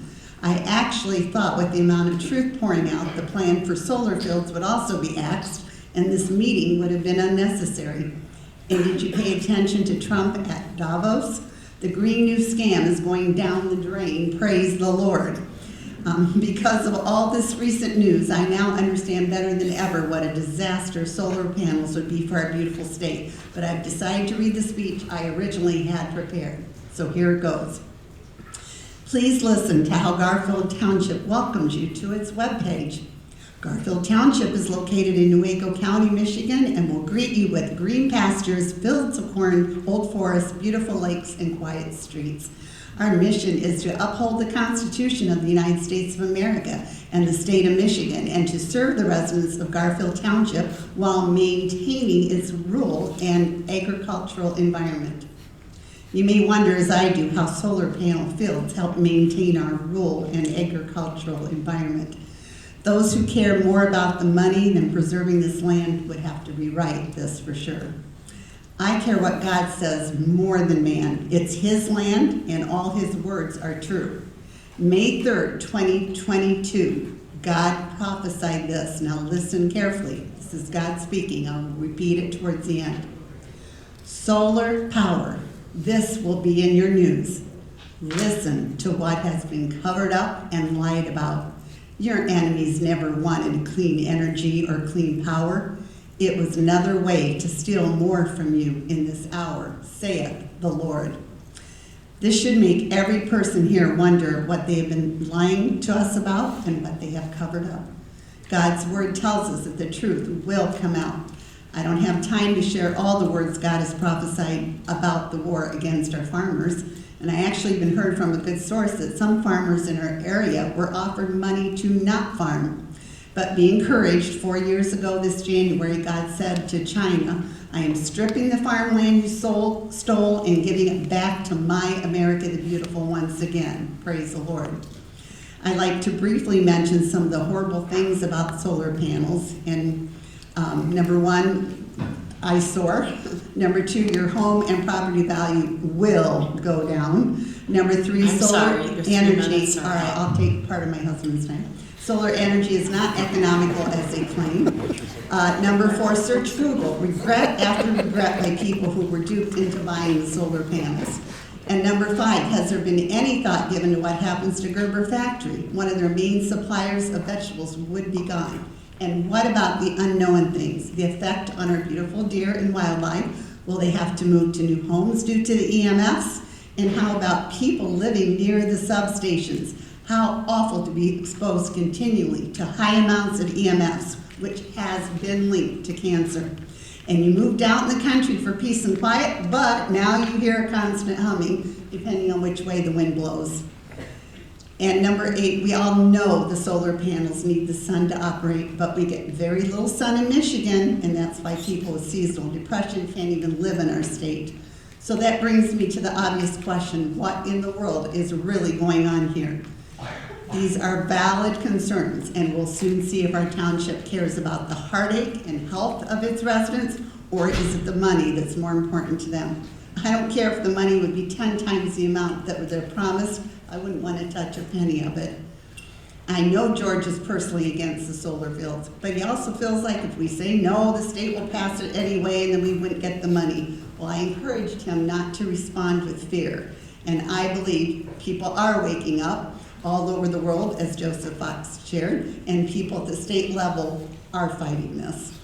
So just do not forget that God will have the final say. Believers in Christ, you who are in attendance, we can fight with prayer. Never give up. Walk by faith, not by sight. All things are possible with God. The Bible tells us in the book of Job that we can declare and decree a thing and it will come to pass, not maybe. Of course, it must be in line with the will of God, and I've already proven to you that it is. So in the name of Jesus, we declare and decree that no solar fields will be in our area. Speak it out loud. Whatever they are covering up and lying about will come to the light. The enemy will not get what he so desires in the mighty name of Jesus. I'm going to end now by repeating once more what God said about solar power.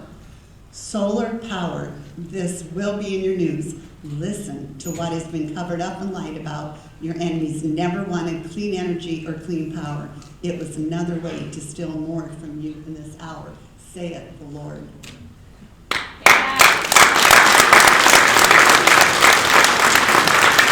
Amos is going to do a few verses. He does not have a speech. Okay. May I read? I was actually told that I had all the time I needed, and if they had too many comments, they may have to cut back, but then you could come back again. So I'm going on that. No weapon formed against, Isaiah 54:17, God's word says, no weapon formed against you shall prosper, and every tongue which rises against you in judgment you shall condemn. This is the heritage of the servants of the Lord, and their righteousness is from me, says the Lord. Luke 8:17, for nothing in secret that will not be revealed, nor anything hidden that will not be known and come to light.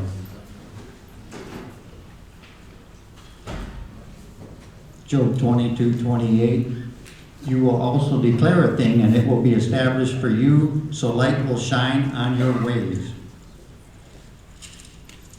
Matthew 19:26, but Jesus looked at them and said to them, with men this is impossible, but with God all things are possible.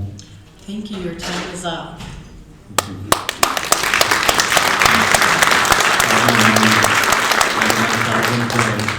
Wicked race, I will hear from heaven and heal their land.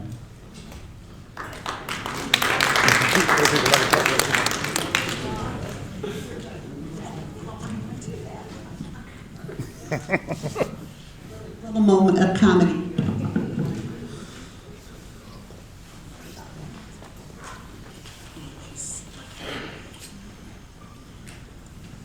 Hello, my name is Jake. I live at 870 Hummingbird Lane, Newaygo. I've lived here my whole life. I support the Sylvan Solar Project for regard for its private property rights, strict compliance with the township ordinances, and considerate economic benefits it will deliver to the area. This project is entirely located on private property. The property owners have the right to use their land as they seem fit, provided they comply with the local ordinances and they're not harming anyone, which this project does. The project, according to the website, says it will provide hundreds of millions of dollars to the area. That's a lot more than those farms are going to provide. It will also create thousands of jobs, at least 10 stable long-term operating and maintenance roles for our community. There's about 2,500 people in Garfield Township, and I'm pretty sure there's not 2,500 people in this room, but the loudest majority seem to be, here. So please don't let the local minority ruin something that will benefit an entire township, including those who speak against it. I urge you to vote for Sylvan Solar for the future of the community. Thank you. Thank you. No one's silent.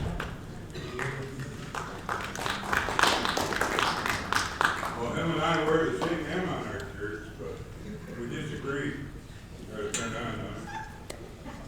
We disagree wholeheartedly about what everybody's here for tonight, the majority of people. I want to thank you for serving on the Planning Commission. It's a tough job. Most controversial thing in my lifetime almost, and I grew up with most of you and know you, known you my whole life. It's a tough decision you got tonight. We heard Mr. Fox say that politics is changing in Michigan. This law that was passed, that our attorney gave us an update on, wasn't something hardly anybody in this room wants or wanted to follow up with. It does appear that we could lose a tremendous amount of money. I think, as Mr. Fox said, things are going to change. What I leave you folks with tonight is follow your heart. Listen to your friends and the people that are here and they're opposed to this project, and it's caused you personally a lot of grief in your life right now. We all know that. And at the end of the night, hopefully you'll choose not to move it on to the Township Board. Thank you. Name and address just for minutes. Sorry. J. Whistler, 9011 South Wisner, Garfield Township, Newaygo. Is there any further public comment?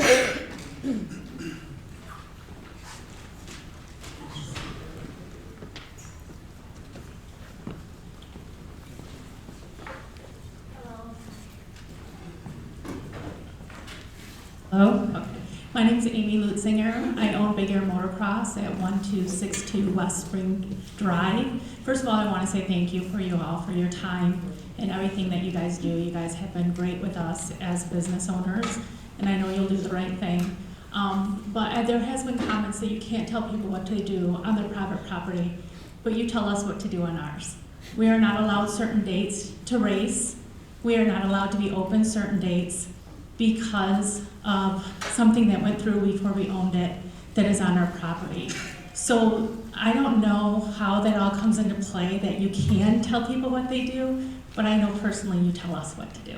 So I just wanted to point that out, that that is a choice.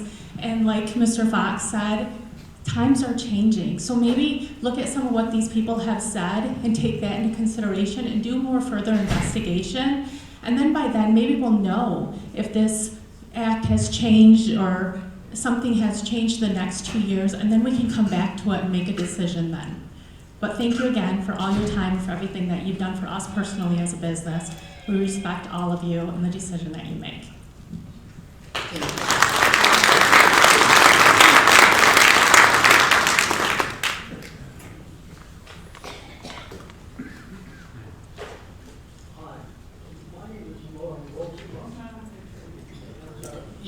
Your speaker's not on. Your microphone's not on.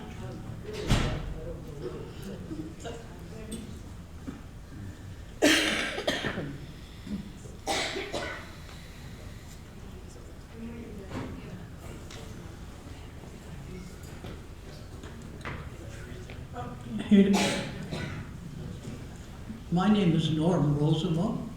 I live at 5175 West 80th. My family and I moved here to this location in July of 1975. Farming is not my primary occupation. However, when we moved here, this one is not as long. When we moved here shortly after that, we had an irrigation pond dug. That better?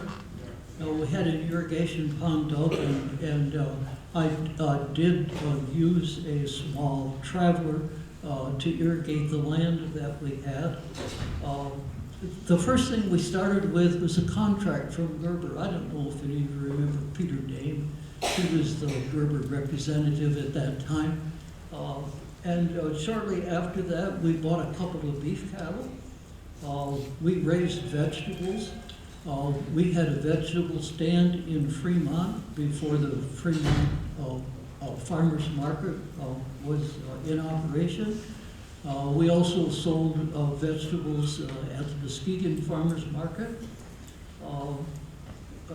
I had a contract with Plum Stores for a couple of years, delivering sweet corn to those stores. And later we raised beef cattle and sold meat to individuals. I share all of that only to share with you and to show you that I have a commitment to farming. I've enjoyed the hard work, and there's a lot of hard work in farming, but I enjoyed every moment of it. I think that this basically is an agricultural community, and I certainly support what it is. I think farmers basically do farming to support their families and to support the kind of values that the community has. One of the American values is capitalism, and I'm sure you're all familiar with that. And that basically says that you can make as much money as is legal on the property that you have. And I recognize that the solar project is an opportunity for me to receive much more per acre than any farmer is going to ever be able to pay me for that. However, that's really not my... I'm 89 years old. That's not going to benefit me much for the next 35 years. That's really not the reason that I support the solar project. I do it because I have a lot of concern about the climate. And I think that if you look around, you can see that there are a lot of regulations that have taken place to try and improve our way of life. There's a lot of regulations in terms of food, in terms of what has to happen before the food is seen as being healthy. There are also rules about water, and there are some also that relate particularly to air that we breathe. We all need water and food and air in order to live.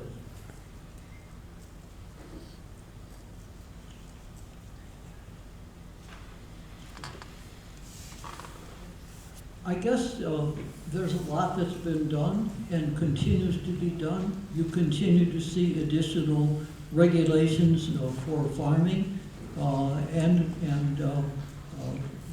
they do pose problems from time to time, but they certainly are beneficial to the population generally. We have a number of improvements in terms of delineating some of the air pollution. But if you look around, you see there's still a lot of concerns for that.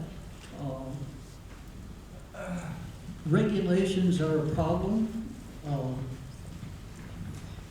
There are things that can be done. Change is something that's very difficult for people, and there are many communities that have resisted change.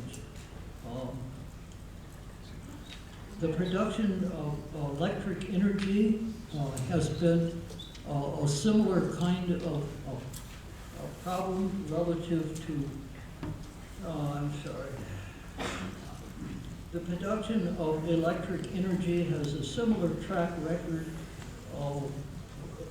as combustible engines do. There's a lot of pollution that cars and trucks produce, and electricity is certainly resisted. Electric vehicles are certainly resisted by the community and in much parts of the United States. The primary reason that I support to approve the commitment is for the... I'm sorry, sir, your time is up. Hey, blink. And please be kind and respectful.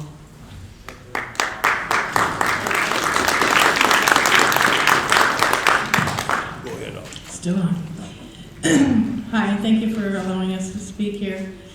My name is Heather Rosema. I live in Grand Rapids now, but I grew up in Fremont on a plot of land off of 80th Street that is currently part of the proposed project. My father, who just spoke, lives on that land, and I will be the principal heir of that land. I'm here to urge you to support the Sylvan Solar Project. This project will benefit your community in many ways by creating local jobs and investment opportunities, as well as ongoing income that we heard about tonight that can be used at your discretion, by securing the payment of property taxes and most likely increasing property values, by creating a source of income for landowners and struggling small farmers, and by providing a source of green energy with very low impact on infrastructure, water, and sewage systems. Mostly, I'm here for my father tonight. He and my mother bought a 100-acre small farm in the 1970s and moved us here from the suburbs. It was his dream to own a small farm. He loves the earth and everything that it gives us, the sun, the rain, plants, trees, animals. With the help of his wife, and sometimes begrudgingly, the help of my brother and I, set up a homestead where we grew crops and cared for livestock. We were able to get a few contracts from places like Gerber, and we sold produce and livestock at auctions, farmers markets, and a roadside vegetable stand. My father still loves the land, but my mother and my brother have now passed. And I won't tell you how old he is, he just did. But let's just say he's not at an age that is conducive to farming by oneself. And the times have changed, and small-time farmers are finding it difficult, if not impossible, to secure income through contracts to grow food. So the idea that the solar farm will take food off of the plates of the residents in your communities, I think is simply not true. My father lives and caretakes of this land that he loves, and he spends his time planting trees in an effort to contribute to clean air. He understands the real threat of pollution and global warming. He feels a responsibility to care for the earth in a way that will be a benefit to his children, grandchildren, and great-grandchildren. He walks the walk that he talks. He drives an electric car. He mows his lawn with an electric lawnmower. He has an electric chainsaw, and well, you get the drift. I urge you to support the Sylvan Solar Project. Please don't let the oppositional voices in this room drown out the real stories of the landowners. My father wishes nothing more than to have a lasting benefit and a legacy to leave to his descendants that says, I cared for this land the best that I could, and I hope to leave this world having given more than what I took.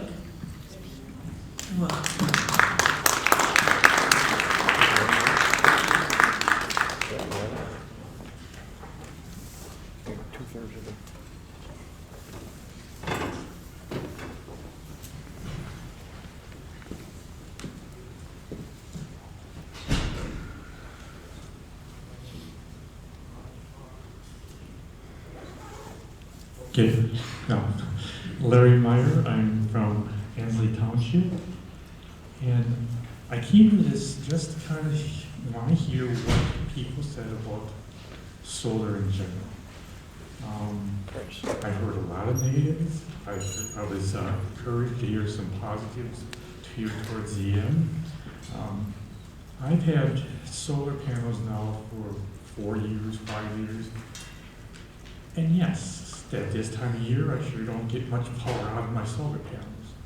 But during the summer, I definitely do, and I'm very glad to have it because I still turn my air conditioning on and see my electric bill still be $20, $30, $40 a month. I've heard some things about property, people talk about property rights. If the person has the property, then I think it is his right to say yes or no. They're not, I don't think Sullivan is forcing them into doing the project as they've, using their money. They're getting the benefit out of it. That's up to the property owners. There's a lot of people talking about agriculture and taking it out of agricultural production. There are examples throughout the United States that solar projects have agriculture underneath them. There's grazing underneath it. You can grow crops underneath it. You can still use your property as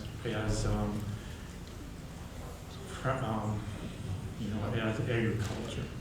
I've heard a lot of negative people about saying what it's going to be like. I don't know Sullivan or the company that's doing this. You've got to kind of listen to what their presentation said. If you're keeping the panels down under 6 feet or 8 feet, I think they said, then you do have trees, you do have your higher plants around it. If you're sitting at 5 feet, you don't see over those plants. So those are things. I do encourage people to, both the board and other people, go to other places. Go to see what Sullivan has done. There's one it looks like there's one not that terribly far away. I haven't seen it, but at the same point, there's a lot of condemnation about this,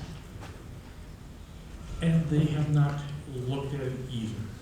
So, look at the positives and negatives. There are some things about the fixing the roads. I'm sorry, sir, your 3 minutes is up. That's fine. Thank you for your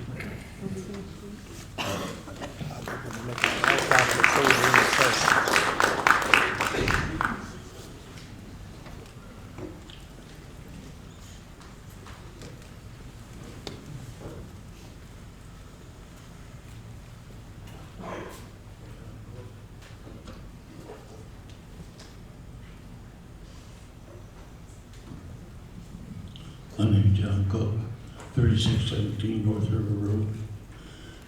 And they're talking about 50,000 homes that they're going to supply. Well, the farm out there supplies a lot more food than that. And I'm getting old, man, and I don't want to look out my back end and see solar farms out there the rest of my life, which I don't have too much of. And I survived Vietnam, and I fought for the country. I don't believe I ought to not be heard. Thank you.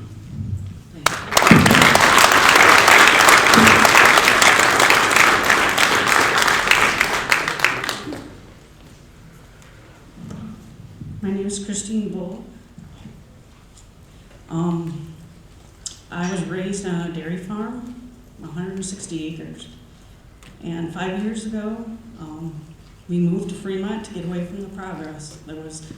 Everybody was building everywhere around us. And so we settled in a great community. The serenity, sunsets, neighbors are wonderful. Well, this could come to an end. The long-term financial, environmental risks that haven't really been addressed. It's devastating. It potentially lowers our property value. Our road is not in good condition to have extra construction on. And what are the long-term effects environmentally? Does anybody really know? No, we're just guessing.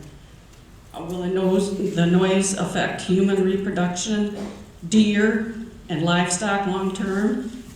Has there been studies on this? Has the township looked into any of this? And if the water gets contaminated, is the water going to be checked every year around these areas? And who pays for it? The solar panels with excessive heat kills birds and insects.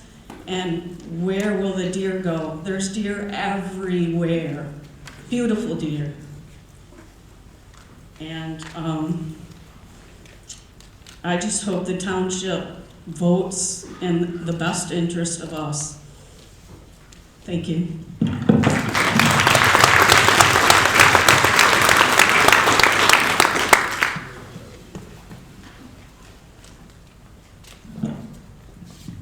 My name is Hunter Cook, 2922 West 80th Street.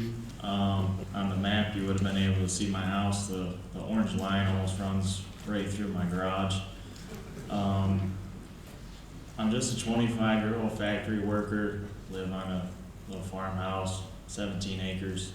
So I don't know how much my word really means, but I just wanted to say, at the end of this, I'm going to be 60 years old, this 35-year time frame. I plan on raising a family at the house that I have now. I've worked hard to get to the point where I could settle down in the home that I'm in now. I've lived in Fremont, Newaygo, White Cloud. I made my home in Newaygo. It's unfortunate to see what's going to happen to all the land around me. I work nights, 6 days this week. Scheduled to be away from home at work for 13 hours, and luckily I was able to make it here tonight. I made sure to have tonight off, but working nights, I sleep during the day. That's when construction happens, so I'm gonna have to figure something out if this goes through. I mean, I can't live on no sleep. I know the constant humming is gonna affect my everyday life. I'm trying not to think about it because I had kind of, a long-term plan in this home, and it's just kind of getting torn down in front of me. So I just want to say I hope that this does not pass. I'm not against solar. I think that it would be useful in big cities, put it on the top of these skyscrapers that could actually utilize it. I don't really know the ins and outs. You guys, I'm sure, know a lot more than I do. I'm just kind of the common guy. I'm sure a lot of people here have a lot in common with me. We're rural, we're country folk, I guess you could say. This is our lifestyle. We don't live here for this infrastructure. We live here because we love the country. So just please think about it. There's a lot of people that really don't want this here. We fill the cafeteria, and we just want our voices to be heard. So thank you for listening to me, and thank you for putting on the presentation.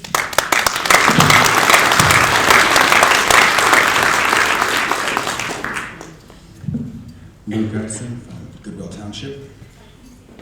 Luke Icing, Goodwill Township. I serve on that planning board there, and we finished drafting solar regulations just about a month before the 223 came through and made them all pretty much worthless. And so now come here and I find out as well there's money attached to this stuff. It is a terrible thing to be bribed with your own money. But it's what we got, it's where we're at. Now you guys get to make a decision between state laws, personal property rights, and the community and what it's speaking against. It should be a debate between those who want to sell their land and their neighbors, and the state should stay out of it. But they didn't. So you guys are in a tough spot. Like other people, I wonder why it has to be farmland. I'm a farmer. Why it can't be gravel pits or something like that? Well, I don't live here. You guys get to decide. I would just want to thank everyone, though, for conducting this meeting in a respectful manner and remind us that we all have to live with each other after this is decided. Good luck.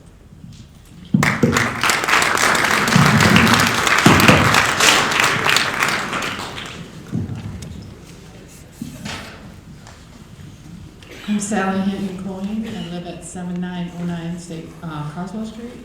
I'd like to thank our state representative for taking his time to be here tonight. You may notice that this law has been made on elected officials. We got an election coming up next November. We need to all show up and vote these people out that don't care about the lives of the people in Michigan. It's gotta say, vote for Mr. Fox. I feel really sorry. I live across the road with a lot of trees in between my house and the new proposal, but I feel really sorry for all you folks whose houses are going to be boxed in. We have the right to live happily in our homes, and that's being taken away from a lot of these people. I'm not going to be affected that much, but I feel really, really sorry for some of these people whose happiness is going to be stripped off from underneath them. Let's wait another year and see if we can get new government in Lansing and stop this kind of stuff in Michigan.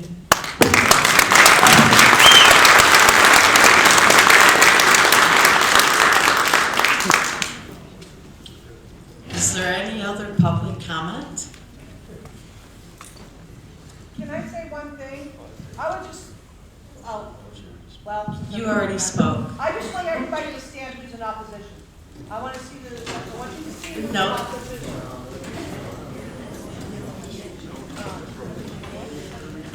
Great. Seeing that there's no other public comment, we are now closing the public hearing, which means there is no additional public comment. And we are going to take a break and reorganize ourselves so we can start the other part of the hearing. 10 minutes. So what's going on next? All right.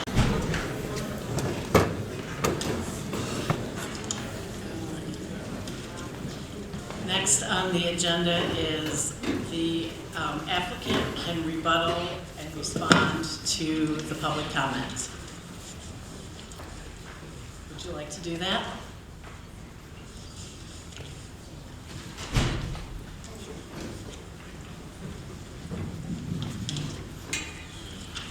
Thank you.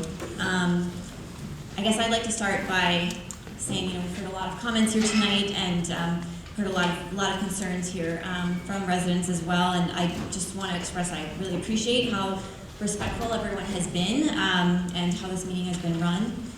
I think I would just take this moment to point to the presentation that your attorney provided at the beginning of this meeting in terms of the township ordinance and referring back to our presentation as well of how we have complied with the ordinance, and again that you have your third-party report from a consultant agreeing that the application was complete and that it met the ordinance requirements.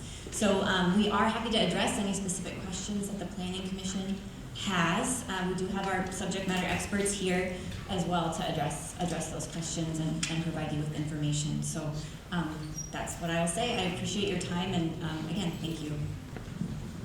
Okay. Next we're going to,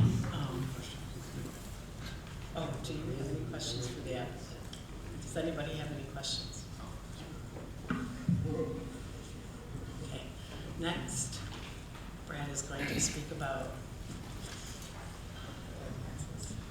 Sure. So just to talk a little bit about now, we've entered into the phase of the meeting where you are to deliberate on the application materials, everything you've been supplied, everything you've heard from the public, everything you heard from the applicant, and make a recommendation to the township board. And so to do that, as I said in my earlier presentation, the ordinance has to be your North Star. The ordinance has to be your guiding post because that's the document that was adopted by the township setting the standards for whether it should be approved or denied. So I can go over those standards real quick with you, just so you've got those in your head as you start deliberating on this. right now.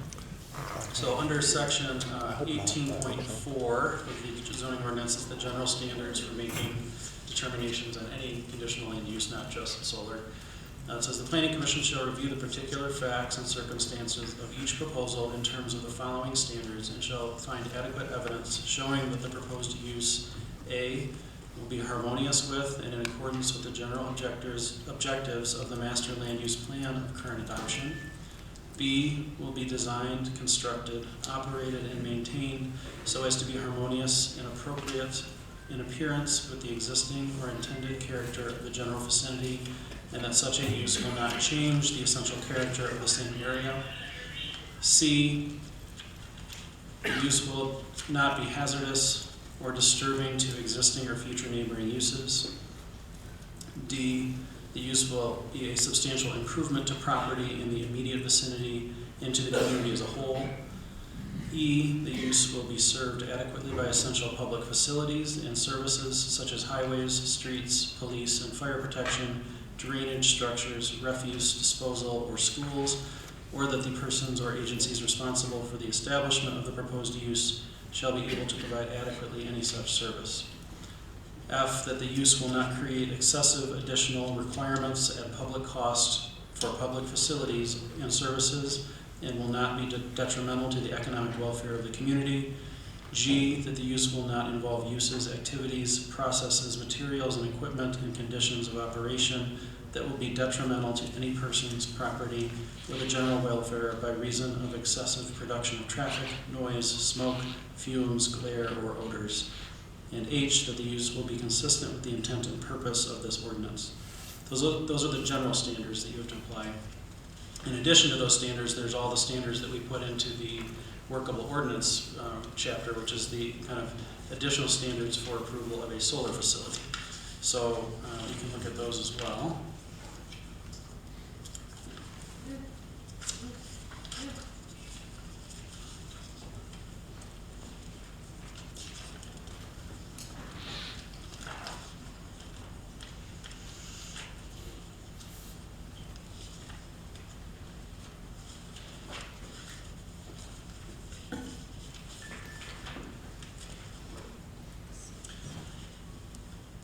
All right, so under section 18.19 of the new ordinance that was adopted, this is the Planning Commission may only approve a principal use SES as a special land use in the agricultural district, subject to the procedures and standards for conditional uses in this ordinance, which we just went over, and all of the following requirements. A, the minimum lot size. A principal use SES shall not be constructed on parcels less than 80 acres in size, provided, however, that the Planning Commission may consider a joint application of adjacent properties so long as the total acreage of all participating parcels is not less than the minimum acreage provided for in this section of 80 acres. B, height. Total height for a principal use SES shall not exceed 16 feet measured from the ground to the top of the system when oriented at maximum tilt. Yes. C, setbacks. Setback distance shall be measured from the property line or road right-of-way to the closest point of the solar array at minimum tilt or substation as follows. 1, 50 feet from any property line of a non-participating lot.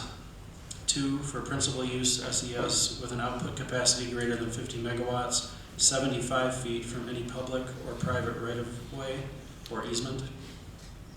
3, for principal use SES with a total output capacity of 50 megawatts or less, which this isn't, so we don't need to talk about that. 4, 300 feet from any existing non-participating dwelling unit.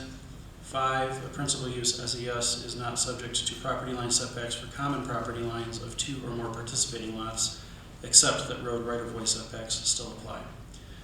And 6, 75 feet or such other setback as may be required by the Newaygo County Drain Commission from a stream, river, pond, lake, wetland, drain, or lands located within 100-year floodplains as identified by the Federal Emergency Management Agency.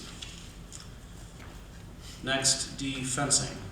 A principal use SES shall be secured with perimeter fencing to restrict unauthorized access. Perimeter fencing shall be 8 feet in height. All access doors to principal use SES and related components and structures shall be locked to prevent entry by unauthorized persons. Fencing is not subject to setbacks as a component of the principal use SES. The Planning Commission may require wildlife-friendly fencing with openings that allow wildlife, except for deer, to traverse over or through a fenced area, or knock boxes and keys for emergency personnel access. E, screening and landscaping.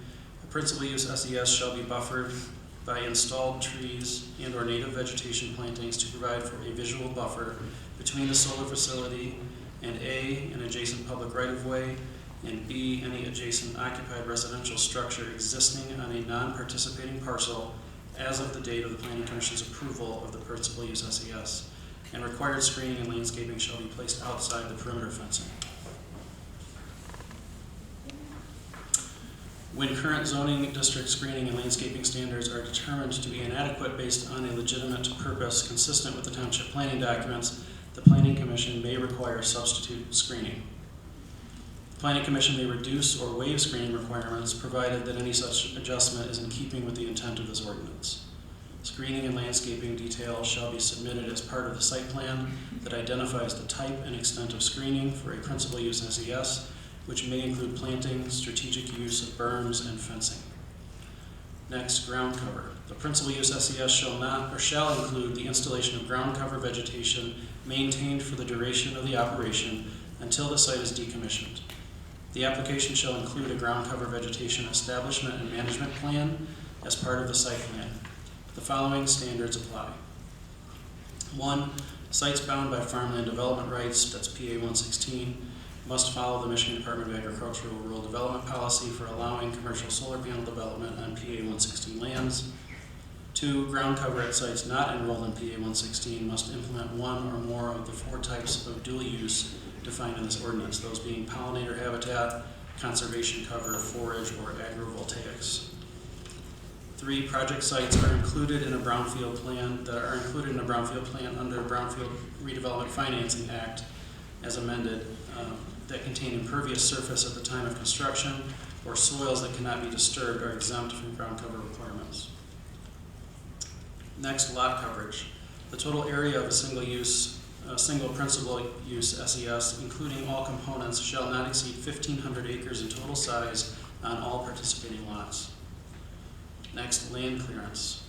Land disturbance or clearing shall be limited to what is minimally necessary for the installation and operation of the SES and to ensure sufficient all-season access to the solar resource given the topography of the land.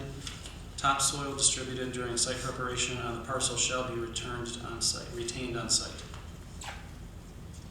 Next, environmental impact. The Planning Commission shall review potential impacts on wildlife, water, and other environmental factors present on the site. The principal use SES applicant must provide all permits and related information from state and federal agencies. Next is access drives. The principal use SES applicant must maintain an emergency access road to the site that is accessible to fire department response apparatus. All access drives within the SES shall be designed to minimize the extent of soil disturbance, water runoff, and soil compaction on the premises. The use of geotextile fabrics and gravel placed on the surface of the existing soil for the construction of temporary drives during the construction of the SES is permitted, provided that the geotextile fabrics and gravel are removed once the SES is in operation. Next is wiring. SES wiring, including communication lines and distribution lines, shall be co-located on existing poles wherever possible. Any above-ground wiring components within the footprint of the SES shall not exceed the height of the solar array at maximum tilt. Next, lighting. Principal use SES lighting shall be limited to inverter and or substation locations, site entrance locations, and operations and maintenance buildings only. Light fixtures shall have downlit shielding and be placed to keep light on site and glare away from adjacent properties, bodies of water, and adjacent roadways. Flashing or intermittent lights are prohibited. Next is glare. All solar energy system location tilt components shall be designed, maintained, and operated to avoid glare and reflection of sunlight and other artificial lighting which may affect navigation by air, water, and roadway. Solar energy system designs shall comply with all Federal Aviation Administration siting requirements. glare and reflection of sunlight from any component of a solar energy system shall not have a negative impact on any non-participating property. Next, public safety. Principal use SES shall have an emergency shutdown procedure in place and shall provide the local fire department site safety plans to include electrical, fire, smoke, and hazardous material release, emergency response protocols, and identification of typical hazards related to electrical, fire, smoke, and hazardous materials pertinent to the facility. Principal use SES projects shall provide each affected local fire department with any special equipment reasonably required in the discretion of the chief of the local fire official to safely and efficiently extinguish fires at that facility site. At the township's request, all principal use SES facilities shall provide first responder training at the site. Next is signage. No advertising or non-project graphics are permitted at any part of the solar arrays or other components of the SES. Entrance gate signs, directional signs, and other information may be required by authorities having jurisdiction over such electrical operations or for the safety and welfare of the public, and those are permitted. Next is noise. The sound pressure level of a principal use SES and any ancillary solar equipment shall not exceed 55 decibels at the property line of an adjoining non-participating lot or at a public or private road right-of-way or easement. Next is inspection. The township shall have the right upon approving any principal use SES to inspect the premises on which the SES is located upon reasonable notice during normal business hours. Next, repowering. In addition to repairing or replacing the SES components to maintain the system, a principal use SES may at any time be repowered without the need to apply for a new special land use permit by reconfiguring, renovating, or replacing the SES to increase the power rating within the existing footprint. A proposal to change the project footprint of an existing SES shall be considered a new application, subject to conditional use standards at the time of the request in a new hearing like this. Next is decommissioning. A decommissioning plan is required at the time of application. The decommissioning plan shall include, at a minimum, 1, a written description of the proposed service life of the principal use SES. 2, the anticipated manner in which the project will be decommissioned, including a description of which above-grade and below-grade improvements will be removed, retained, for example, access drives and fencing, or restored for viable reuse of the property consistent with the zoning district. 3, the projected decommissioning costs prepared by an independent third-party registered engineer for removal of the SES, net of salvage value in current dollars, and soil stabilization less the amount of the surety bond posted with the state of Michigan for decommissioning of panels installed on PA 116 lands. And 4, the method of ensuring that prior to commencing construction, funds will be available to cover 100% of the costs of site decommissioning and stabilization from an acceptable source as determined by the Planning Commission in the form of surety bond, irrevocable letter of credit, or cash deposit. Next, with decommissioning, a review of the amount of the performance guarantee based on inflation, salvage value, and current removal cost shall be completed every 5 years for the life of the project and approved by the Planning Commission. An SES owner may at any time, 1, proceed with decommissioning plan approved by the Planning Commission under this section and remove the system as indicated in the most recent approved plan, or 2, amend the decommissioning plan with Planning Commission approval and proceed according to the revised plan. Next, decommissioning an SES must commence when the soil is dry to prevent soil compaction and must be complete within 18 months after abandonment. An SES that has not produced electrical energy for 12 consecutive months shall be subject to a prompt abandonment hearing. An abandonment hearing shall be held as a public hearing in the same manner or use that was established for example, tonight's meeting. During the hearing, the Planning Commission will hear comments and make a determination if the SES has been abandoned. If the Planning Commission determines the SES has been abandoned, the decommissioning shall immediately proceed as described within the approved plan. And last, transfers. The owner of a principal use SES system shall provide written notice of any assignment of the assets comprising the principal use solar energy system to a third party within 60 days of consummating such assignment. Any assignment must include an express written agreement that the new owner agrees to carry out the terms of the conditional use and site plan approval as approved by the township. So those are the standards that are in your ordinance for specifically solar energy systems. Those standards, in addition to the ones that we just went over for all generals, have to be found met in order to approve, and you should make findings regarding those standards in your recommendation. I know you've gotten the application packet. I know you've all had ample time to review that, but in there's plenty of information, including environmental studies that the applicant has done or other studies they've done.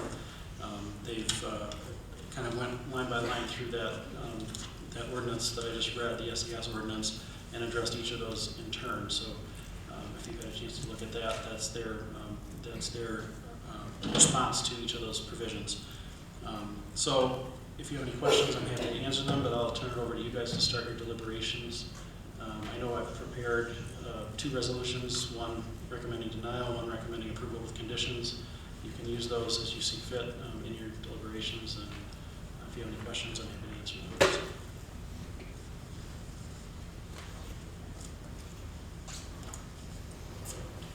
Who would like to start? I would just like to thank you, Brad, for, While you're done.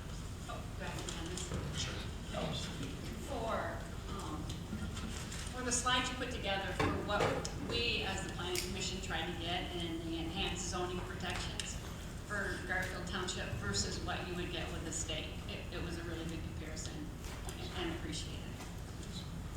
Yeah, I mean, just to follow up on that, as I said, it can easily be seen as, you're approving a solar, you're not approving a solar because you want it or you don't want it, but in effect, the state has tied their hands with that 233, and so you have now an option of trying to get these enhanced protections and allowing it or denying it with the very likelihood that they could apply to the state and then come anyway. So that's just where we're at in the legal framework of what the law is. There's actually 20 things that we've added. Yes, right. So that is quite a bit. Right.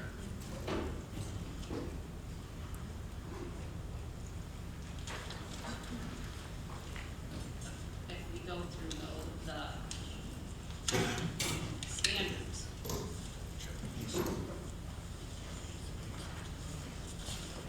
In the master plan, or it's in the zoning, but we do, the first one deals with the master plan. Will be harmonious with and in accordance with the general master land use plan of current adoption. And I was looking at the master plan on pages 58 and 59. The goal to expand the township's efforts in the regulated use enhancements or protection of environmentally significant or sensitive nature features such as watersheds, wetlands, woodland lots, shoreline, as well as important agricultural lands. Do further studies. And I guess if you look at harmonious. That's a big one. Yeah.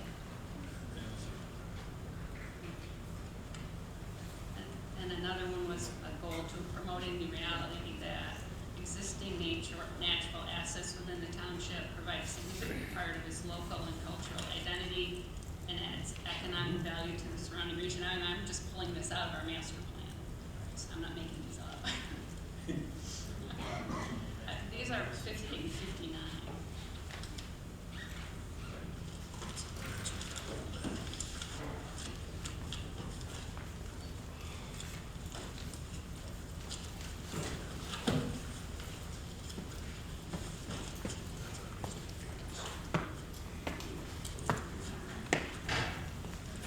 The agriculture and environmental resources section.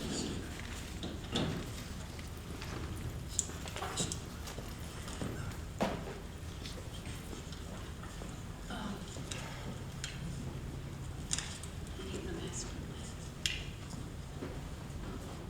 plan. Yeah. It's in goals. Maybe it's 59 and 60.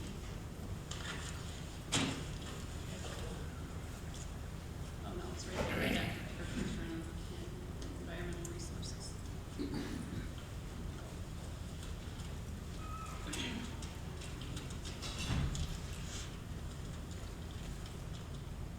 And then in policy 1, to manage change in order to preserve the township's existing existing character and rural lifestyle by discouraging the extension of public utilities or improvements into those areas containing active viable farmland and the best soils and situations to perpetuate farming activities. Again, I'm just reading from our master plan.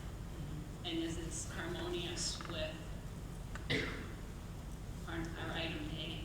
Will be harmonious with in accordance with general master land use plan of current adoption.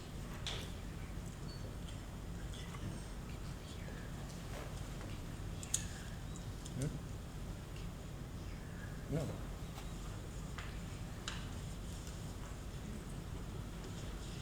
you have any other? Yeah, general standards for making determination. Under D, will be substantial improvement to property in the immediate vicinity and to the community as a whole. We can't hear. I was talking under general standards for making determination, and subsection D says, will be substantial improvement to property in immediate vicinity and to the community as a whole. I had that same one, Bob, and the one thing which is sad is in Public Act 233, the public doesn't really have a voice in what's determined there. It's a public act. But in our master plan, Right. they do have a voice. We did a survey. Yep. We asked them for their input. Their input's all over the place in our master plan. Yes. And, I mean, they quoted it and repeated it. Over 50% of the people who sent in those surveys said they did not want a That's their solar voice. energy plan, so.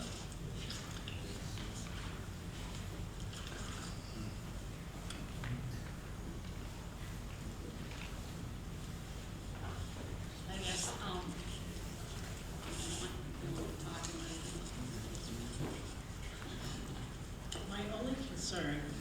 My only concern is the decommissioning. In 35 years, and if it goes to the state, we will have absolutely no power. And that is one of my concerns. I think we all have a real concern that if it goes, I mean, you have a perfect storm here in Garfield Township. You have farmland that they don't have to remove anything from. It's got a transmission line that runs right down through the middle of it. And they already have contracts with those power companies to start this. And by us denying it or approving it, I mean, they're gonna go right to the state. So, but, you know, things can happen too there too. So. But decommissioning is, I think decommissioning is a real problem. 35 years of a solar field is a real problem too. Yeah, and we have the security of every 5 years, knowing how much money it's gonna cost us, you know, what the problems are with other solar fields. I mean, it's something that I don't think we should take lightly. No. I mean, and it's not, I mean, we're gonna get money, but that's in the law. We're gonna get money. I mean, we don't have anything to do about that. They put that in the law. If we don't approve it, we're gonna lose $144,000 of that money. But, and, I mean, that's not even part of a road to pay. I mean. A road costs about $600,000 for a mile. And so that's why we did ask for additional money. One of the reasons when we were talking about this is because Baldwin will get a lot of traffic and a lot of wear and tear. And to repair that, it's 3 miles, it would be 3 times $600,000, which is a lot of money. So. And roads are always on my mind because I help take care of them in Garfield Township. A couple other places too, because I was looking both ways to see what makes sense. They won't do loose because Sheridan won't kick in. And, Please, no public comment. Pardon? No, I was referring to the gentleman up there.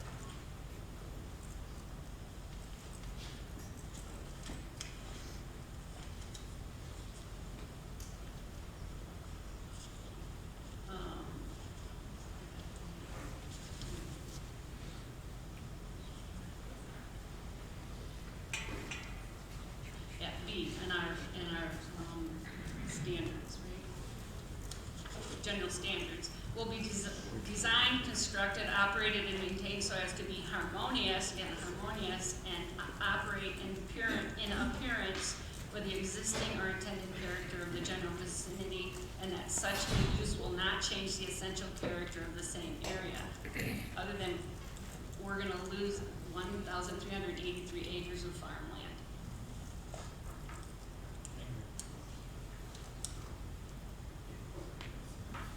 And then our agriculture conservation. The land use designation does encompass a majority of the land area of Garfield Township. Existing large undeveloped tracts of land and active farms are a vital part of Garfield's identity and deserve special recognition in order to preserve the rural character of the township. The township will continue to utilize zoning options intended to extend and preserve the rural character of this plan area, but also permit limited single-family housing in a way that preserves natural resources and minimizes disruptions to adjoining uses. You don't know, you feel like those fit into that master harmonious? That harmonious world statement.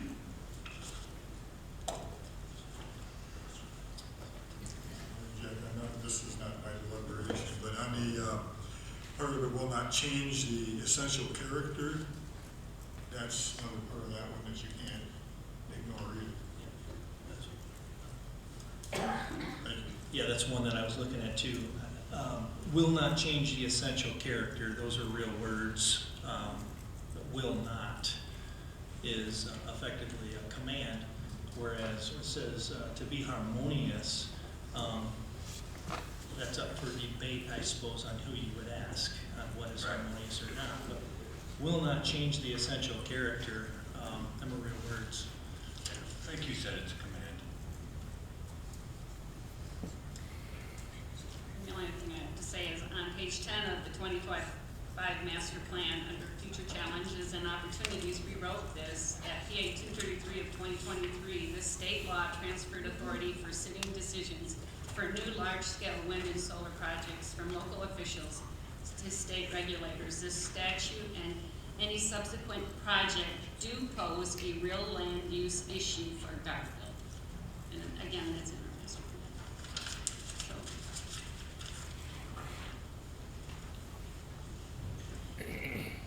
on the other hand, I like all of the things we put into our ordinances to protect our Garfield Township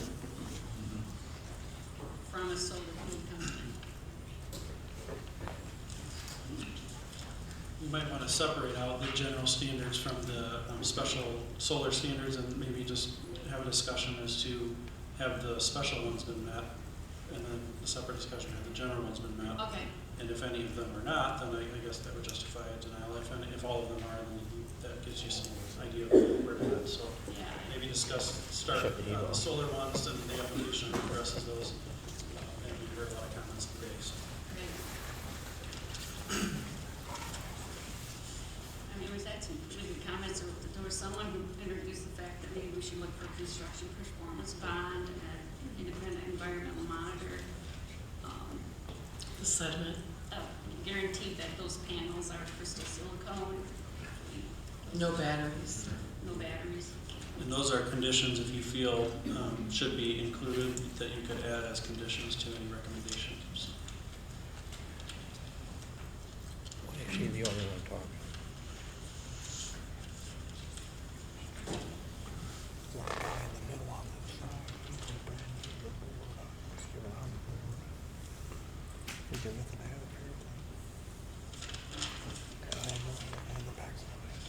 I think there was a wildlife study. I think someone said there wasn't, but there was a wildlife. Wasn't it like 80,000 feet? I think it's on page 6 of their application. It has the chart of all the studies they did that are in it. There's a chart, but isn't there even a bigger one? Yeah, it's in.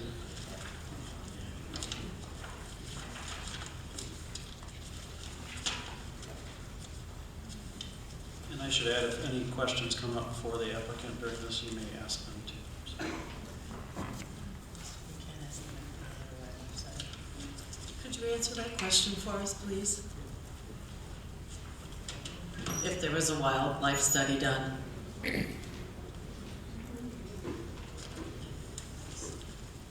don't think you're right. I think it's... Okay. Yes, so we did a qualitative habitat assessment, which involved having certified biologists go out and identify potential suitable habitat for state and federal listed species. So that is described in the application, and then we provided the supplemental information of the report itself. And in addition to that, I think someone mentioned a wetland delineation report, and we did a wetland delineation of the project area as well, which is also included in the application, and then we submitted the full report as a supplemental. If you would stay here for a few minutes. That's fine. Also, there were some questions about batteries. Yes, and this project does not involve any battery. There's no batteries with this project. Would there be batteries in the future? There's no plans right now for any kind of battery. This is a solar-only project. Yes. No. Are they going to? Do you have any other questions for her? Maybe I'm happy to the come back soil. up as well if you want to. No pressure. I'm happy to come back up. Okay.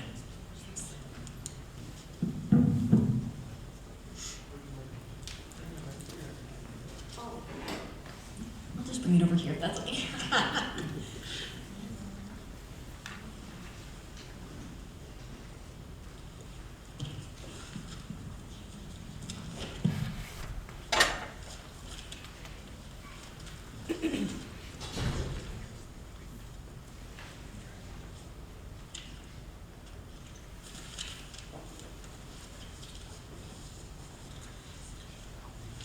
If you don't mind, I'll jump in. I was just looking at my notes from the public comment. One of them had to do with a legal requirement, so I just thought I would address that for you all. It was a comment about lack of proper documentation of a meeting or a hearing, and that's not accurate. We've complied with all of the requirements in the ordinance in the Michigan Zoning Enabling Act for public hearing, but tonight this is the required under the Act public hearing.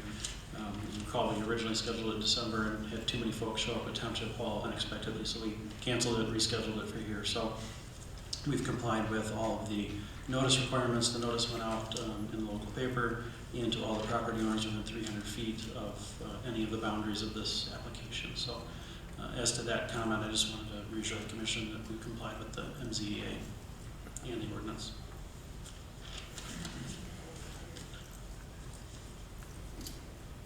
Jade, did you have a question?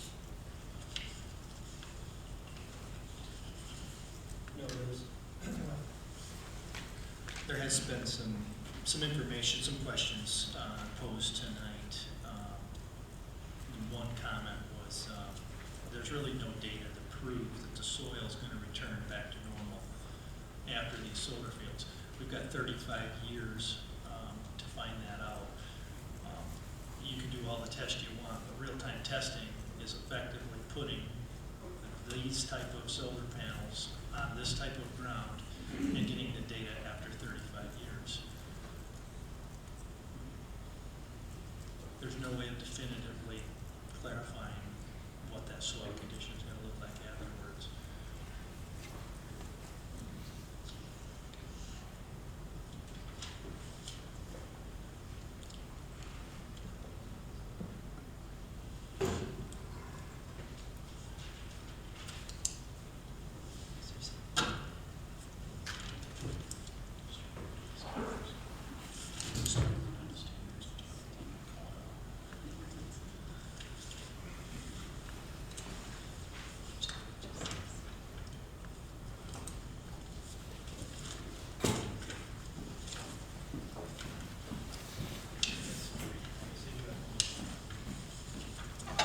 I would have another suggestion for conditional use is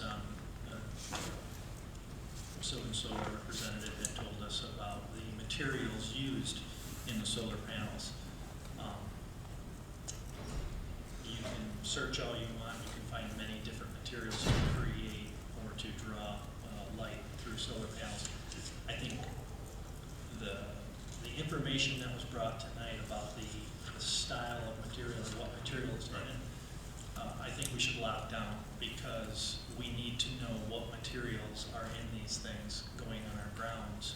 So if there is a hail damage or a tornado or some catastrophic, we know what could potentially leach into the soil. Whether they think it's going to or not, I think we need to know what's in these panels ahead of time.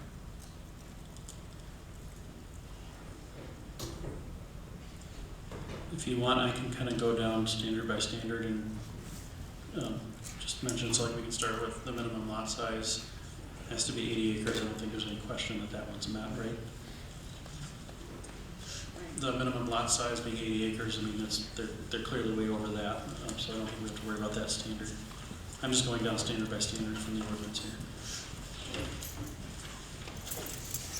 The next one will be height of not to exceed 16 feet. Is there any comments on that?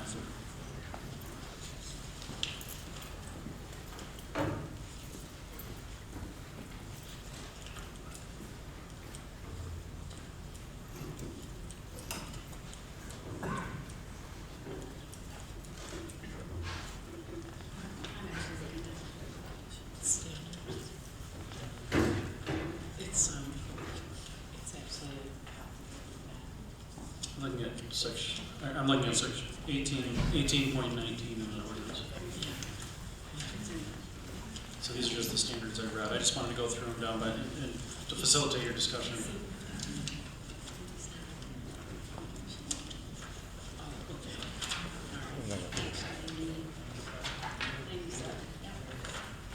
So I mean, the next standard after the minimum acres is height of not to exceed 16 feet from maximum tilt.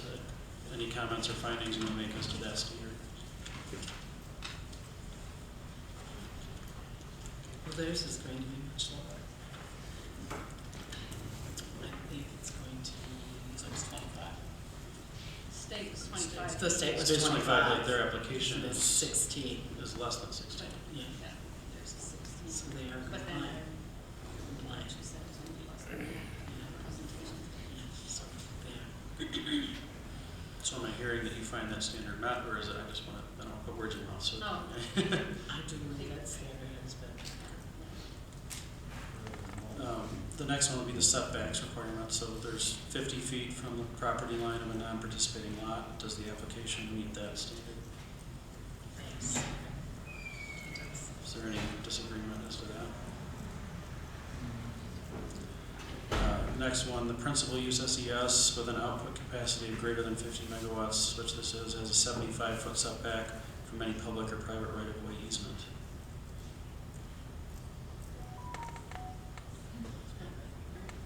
Everyone agree that one is met?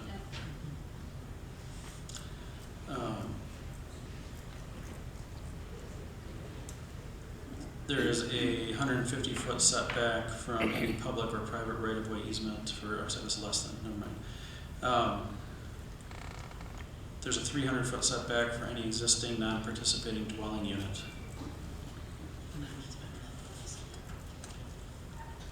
Reviewing the site plan, does anyone disagree that that's been met? Okay.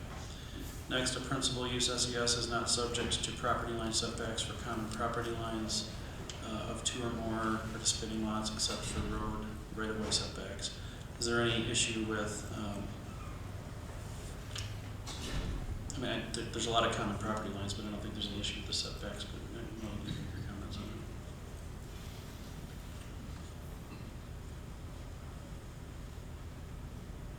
And then there's a 75-foot setback as required by the Newaygo County Drain Commission. I don't know if the Drain Commissioner has set, I know the applicant had some comments as to setbacks from certain wetland areas. I don't know if you all are satisfied that that's met or want to explore that a little more.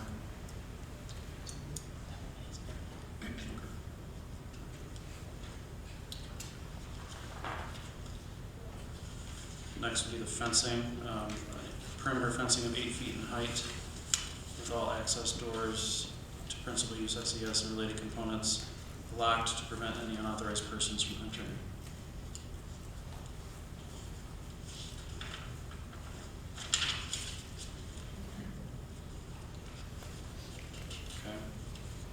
agrees that one's met.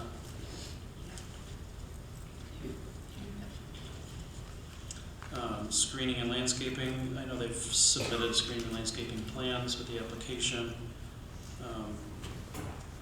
There has to be a visual buffer between the solar facility and an adjacent right-of-way and any adjacent occupied residential structures.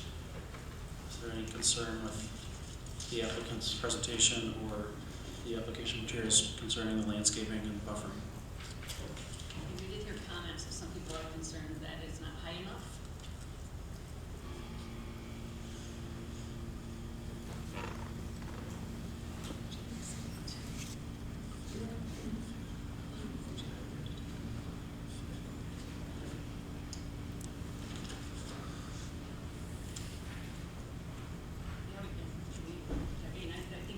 Would you comment on that question about whether or not the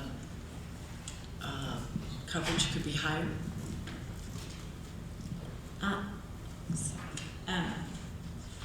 Was that specific to the native vegetation plantings part of the ordinance, or? Yes. I think it was the array, the tilt of the array and trees height, that would be.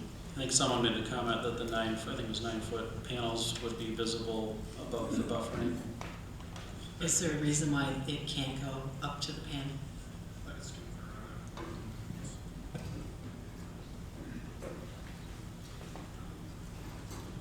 Screening and landscaping and practices in the form of tree and shrubs, species ranging up to approximately 20 feet tall of mature height. So maybe it is in there.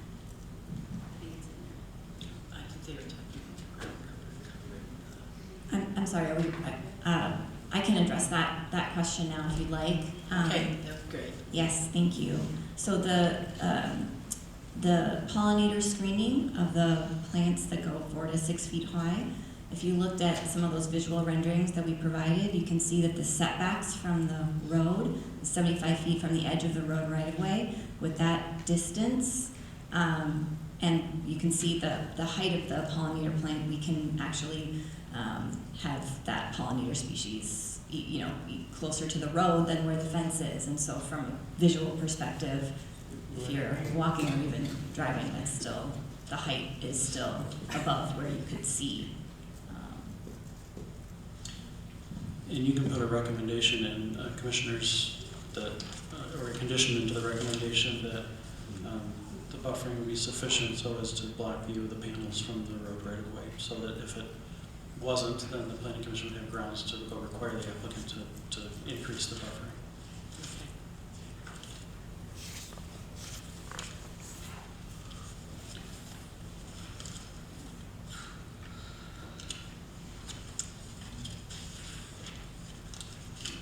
Unless you have more comments on this landscape screening buffering, I can move on to the next standard. Any other comments on that? Next is the ground cover. There must be, unless it's PA 116 lands, there must be pollinator habitat conservation cover, forage, or agrivoltaics. Any comments on what the app?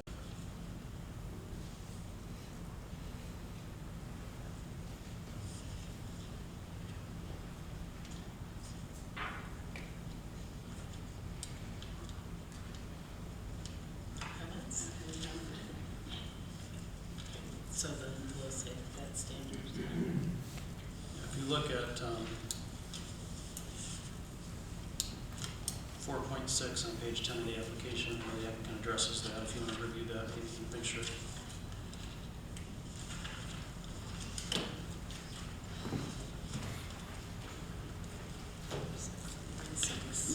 Page 10, yeah, 4.6.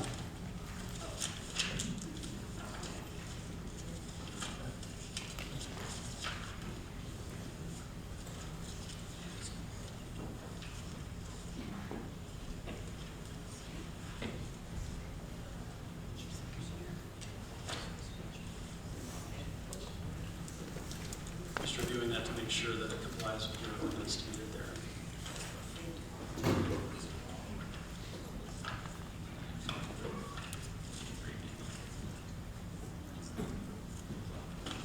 Maybe we have it, but they don't. Doesn't have it, right? Does it not have it, or they don't have the Michigan Public Service Commission could put in requirements on any of these things, but there's nothing in the act that says they have to or that they're there. It's just a matter of does the Public Service Commission deem it important enough to do that. That's their call, not yours, if it goes to the state. So, those are the 20 points that we have said we want. And so, that's not in.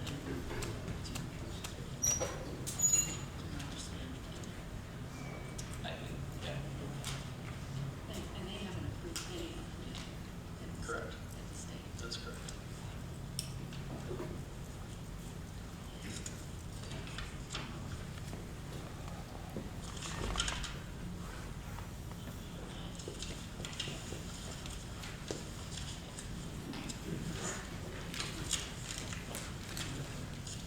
No, that doesn't, we put it in, it doesn't, they could, but they don't. So then we're not ground cover. Okay. Does anyone have any issue with the ground cover requirement being met for the ordinance?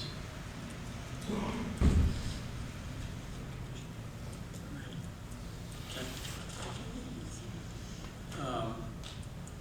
Next is lot coverage, total of 1,500 acres in the township. Is there any issue with that being over? I don't think the application is, within the township, it's much less than 1,500 acres. Does everyone agree with that? Yes. So that standard is met. Next would be land clearing. Land disturbance and clearing should be limited to what's minimally necessary, and sufficient all-season access must be given, and then any disturbed topsoils must remain on the site. If anybody has any questions on the application, the applicant's comments on that, or what's in the application, or if wants to discuss a condition on that, you can do that. So they say in here that they'll get a soil erosion and sedimentation control permit prior to doing any of that. And that could be adopted, and I think that's in the resolution I prepared as a condition of them doing that prior to doing any ground disturbance. So that one was also been met. Any other comments on that land clearing requirement? The next would be environmental impact. It says the planning commission shall review potential impacts on wildlife, water, and other environmental factors present on the site. Principal use SES, applicant must provide all permits and related information from state and federal agencies. Are you satisfied in having reviewed the environmental studies that were in the application, that the environmental impact is negligible, or do you want any other conditions or studies done?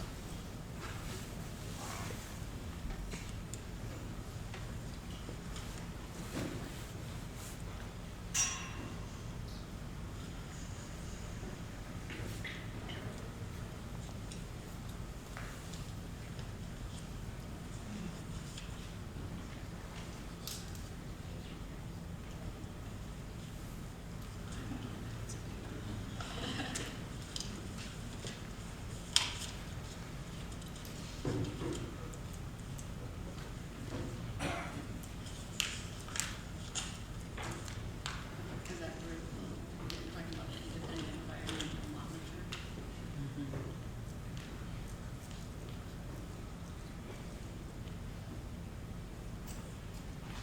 Soil testing.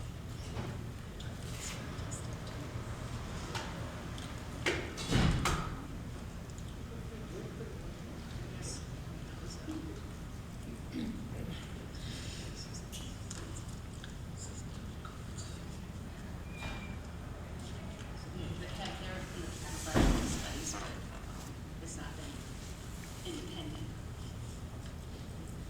Yeah, there's no requirement in here for an independent study, but it's to your satisfaction. As to, you can have the applicant address it further with you if you want as to what's been done, and is it sufficient for you?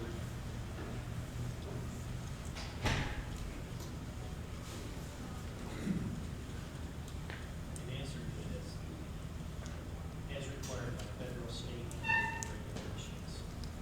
I don't know what regulations. So we don't know anymore than that.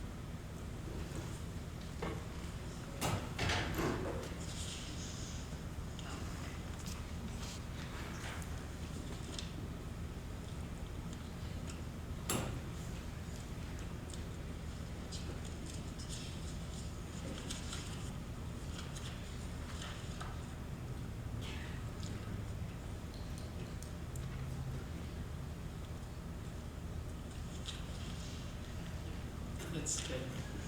Anybody have any issue with that environmental impact being satisfied? Okay.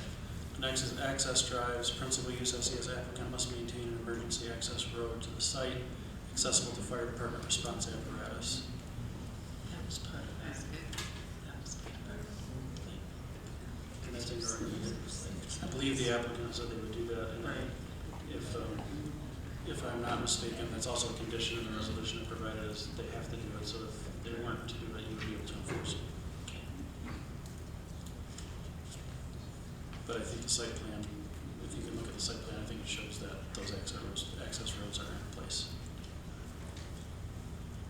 Does anyone have any disagreement with that standard being met?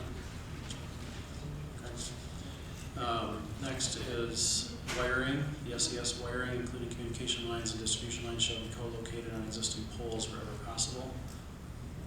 Above ground components or within the footprint of the SES shall not exceed the height of the solar array at maximum tilt. Is there any concern with that not being met, especially if it's a condition of approval? So their solar arrays could be 16, but they're gonna be 9, so is it 16 then their maximum? I mean, their presentation was it was gonna be lower than what they really were approved of, and I guess that would be a question. You can ask that question. Would you put a line with 9 feet? I would read the ordinance of then it's whatever the panels actually are. So if they're 9 feet and that's 16, even though they could have been 16, then the wiring should be that. Oh, okay. So you might clarify that with the applicant. Right. I believe they've answered that. It says, DC wiring between solar panel rows will not exceed the height of the solar array at maximum tilt. Oh, between the rows, okay. All right. So they answered it. Yes. Okay. Next is lighting. The lighting shall be limited to inverter and substation locations, site entrance locations, and operations and maintenance buildings only. And the light fixtures have to be downlit, shielding, and keep glare off of adjacent properties, bodies of water, and adjacent roadways.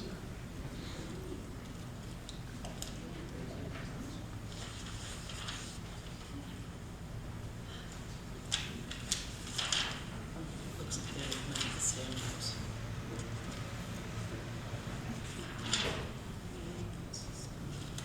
Anyone have any disagreement with that standard based on the application materials? Okay, next, glare, the solar energy system.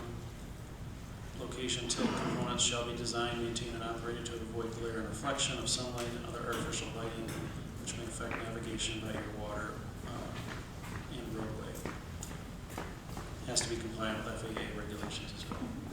So the only thing I wrote down is, I highlight, the study showed no glare at adjacent non-participating residents and no adverse impacts to adjacent roadways, but what if there is? Yeah, so I think that's a condition of the approval as well. If there is, then that would be subjecting them to losing their permit. That would be a violation of the permit. Okay. And so if it turns out that they install lighting that's not compliant, and again, you would have the right to inspect, then you would either have them fix it immediately or revoke the permit. That would be after it's all done. So they don't fix it. Okay. Can you say exactly what? Yeah, so it would be a condition of, the lighting would be a condition, and the glare requirements would be a condition of the approval, and so that if they were to violate that condition, then that would subject them to the permit being revoked, so they no longer have the special use permit. There'd be enforcement mechanisms in place in the township to do that. So that could be removal of everything. If they don't have the right to permit, then you can force them to decommission, I guess. Yeah.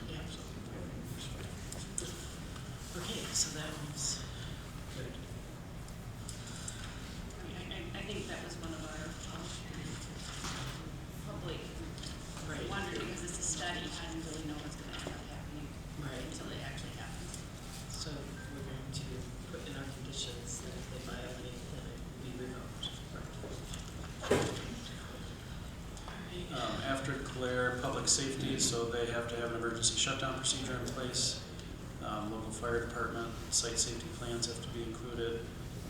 And they have to provide training and equipment to local officials as requested. And Any thoughts about comments and conclusions in the application about that?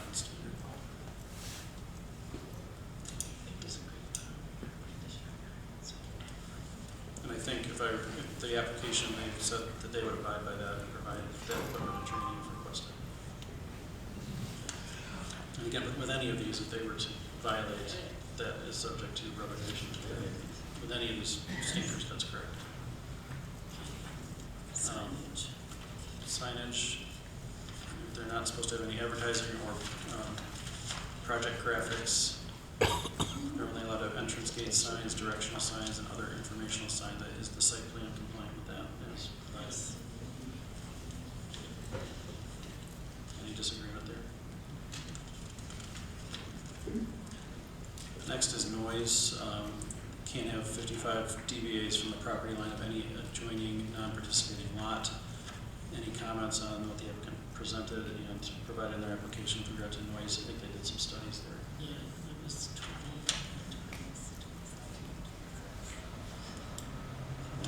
Their noise, our noise ordinance is the same as what's in PA 233. Yes, the 55 decibels in our ordinance is the same as in Act 233, so it'd be the same if they go to the state for that particular requirement.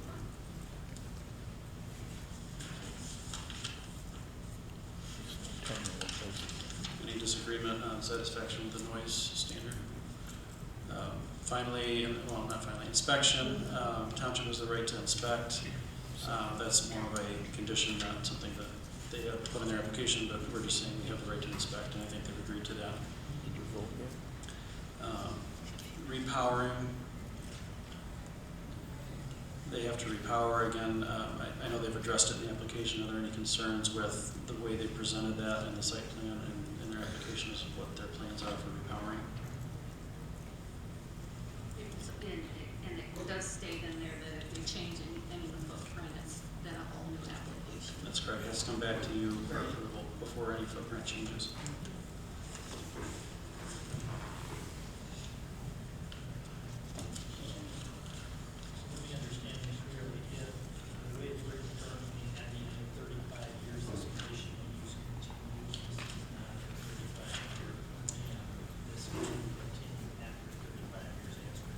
That's correct, yes. Yeah, there's nothing that limits it to 35 years in your ordinance. That's just the lifespan that they tell us of the solar arrays. So they could, if they, I mean, I presume that they have a lease for a certain period of time with the landowners, and they would have to re-up those leases, I guess, if they wanted to continue and then repower the facilities.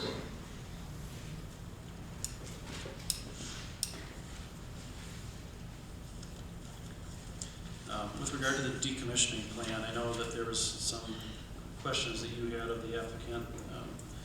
Anything with regard to the decommissioning plan or the bonding that you wanted to clarify, make sure was met, or add as a condition? It just said that it was determined by the planning commission, and I'm pretty sure we put somebody a little smarter financially to decide which one's the best way to go if we went with one of those versions. I mean, I'll ask the applicant, are you willing to provide the bonding in whatever mechanism or by whatever means the township deems most appropriate? If it's not the surety bond, if it's some other method, is that sufficient?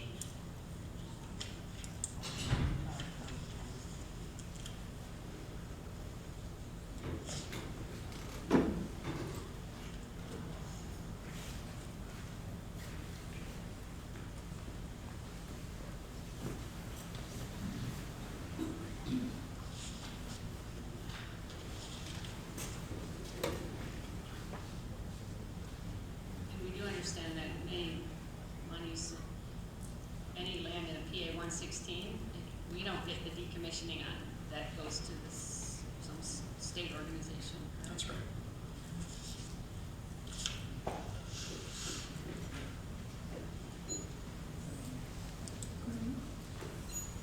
In the ordinance, we have that it would be in the form of surety bond, irrevocable letter of credit, or cash deposit. So I guess the applicant's question is if the township chooses to be one of those other than the surety bond, are you okay with that? Yes, Madam Chair, we are comfortable, we can comply with the ordinance there. Any one of those three would be acceptable for us, whatever is acceptable to the Planning Commission. So I mean, you can dictate that as a condition of recommendation, or you can leave it to the board if you so choose. They've offered for surety bond, so.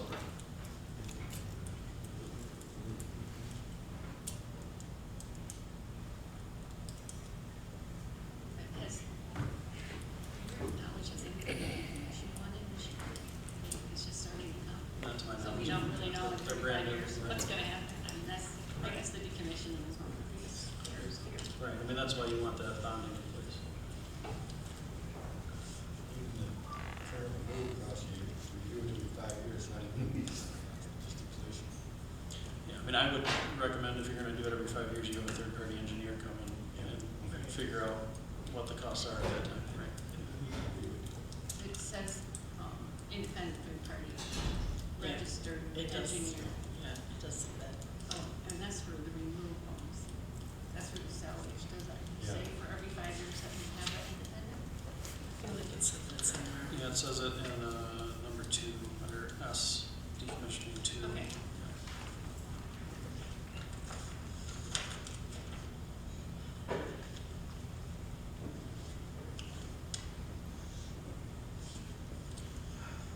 Are there any issues with the decommissioning plan as presented, or would you want to recommend any changes to it if you were going to do a recommendation to the board?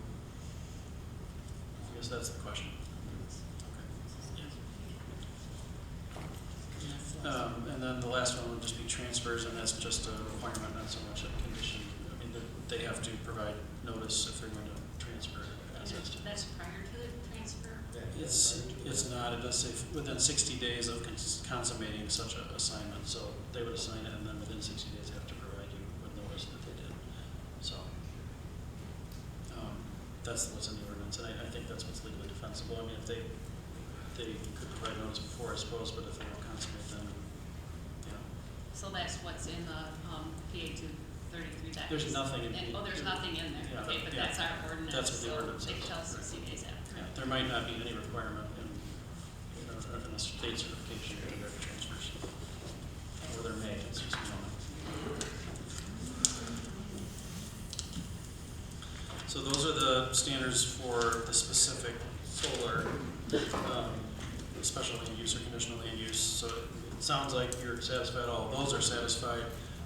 Then you need to move to the general standards. I know you're talking about master plan and others who are satisfied, that each of those are satisfied. If you answer yes, then you should recommend approval. If you answer no as to any one of them, then there would be a recommendation of denial. So, keeping in mind that PA 233 allows the applicant to likely get a certification from the state anyway, so.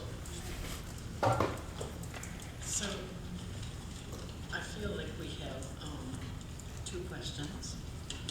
From Loneliness of the master plan is the big disapproval. But I can't talk, I'm sorry. The ordinance has met all of its, yeah, and it's given us, safeties, which PA 233 does not, especially with the decommissioning in 35 years. Well, it does have a decommissioning in it, it's with the state. I mean, there is a decommissioning in there, it's just not our Right, decommissioning. I mean, I guarantee that the Public Service Commission is going to put some sort of decommissioning requirement, Right. certification, you won't have any control over Right, it. in fact, they won't even take cash, though, they won't take, I've just read, it. They want to make sure they have decommissioning, I mean, they have to, I mean, they would have to. Right. Up to the standards of the Right, no, so. I think decommissioning is scary, whether it's with us or whether it's the state. Yes.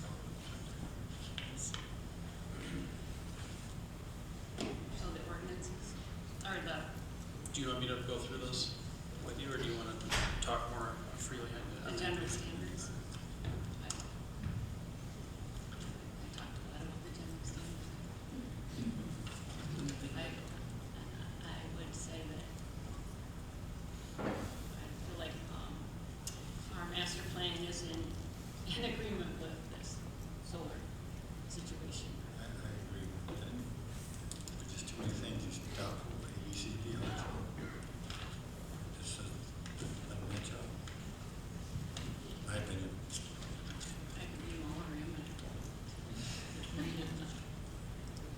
sounds like you have an issue with A, it will be harmonious with and in accordance with the general objectives of the master land use plan as currently adopted.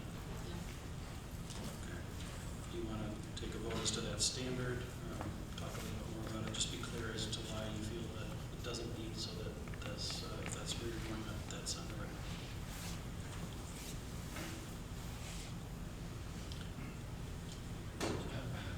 Yeah.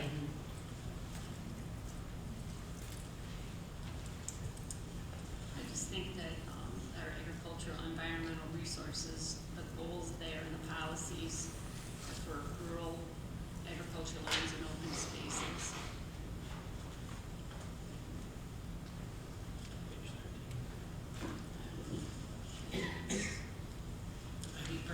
I would totally agree with Cindy that it is not in a master plan. It's not harmonious. It's not harmonious at all.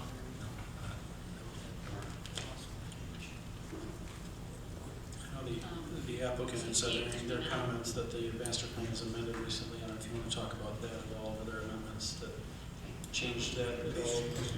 We did put a section in there to deal with it. And we said we'd deal with it. It's what we said. Yeah.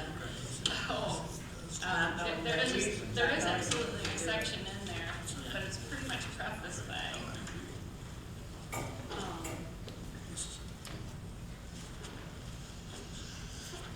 And a lot of our residents do not want to have solar. yeah, and again, I mean, whether it is right or not, they get a say in our master plan. Our people get to say something about our master plan. Well, people have said in our master plan, we have I think they shut the heat off. Right. Right. 71% say that they want farmland to be maintained. And I think it wasn't right that they didn't have a say. I mean, I don't know if I'm saying it right, if I'm saying it right. They have a say in the master plan, but I'm not sure I'm expressing myself correctly. All right, that's right. I'm gonna leave it 10 o'clock. No, we did, but page 13, there are an update in there for solar. I mean, we kind of had to do that. I still don't think it's harmonious with the intent of our master plan. On A for sure. And then your B is the last line of the essential character of the same area.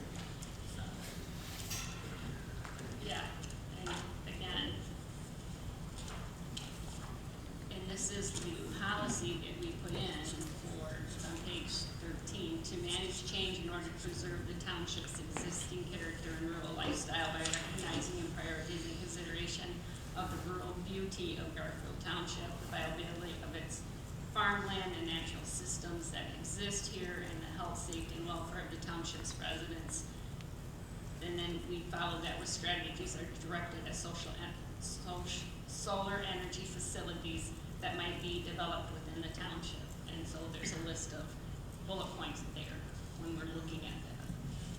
But it really is contradictory to the bullet points to tell you the truth. Excuse me, I'm sorry. Madam Chair, would you like us to, do you have a question, or would you like us to comment on the compatibility of the master plan? I don't think so, but thank you. So you've got the master plan issue, and then we've talked about B is the essential character, keeping the same essential character. Can you articulate, maybe you probably want to go around and articulate why you do or don't find that it is keeping with the essential character of the same area? You can base that on what's in the application, you can base that on the comments you heard tonight, any gaps. I base more on the comments tonight. Talk about, I mean, be as specific as you can. Well, just listen to people. You know, it just doesn't meet what we're trying to do. I mean, if you read this, it says essential character, and you listen to these folks, that's just not what we want to do. It's not what we're representing.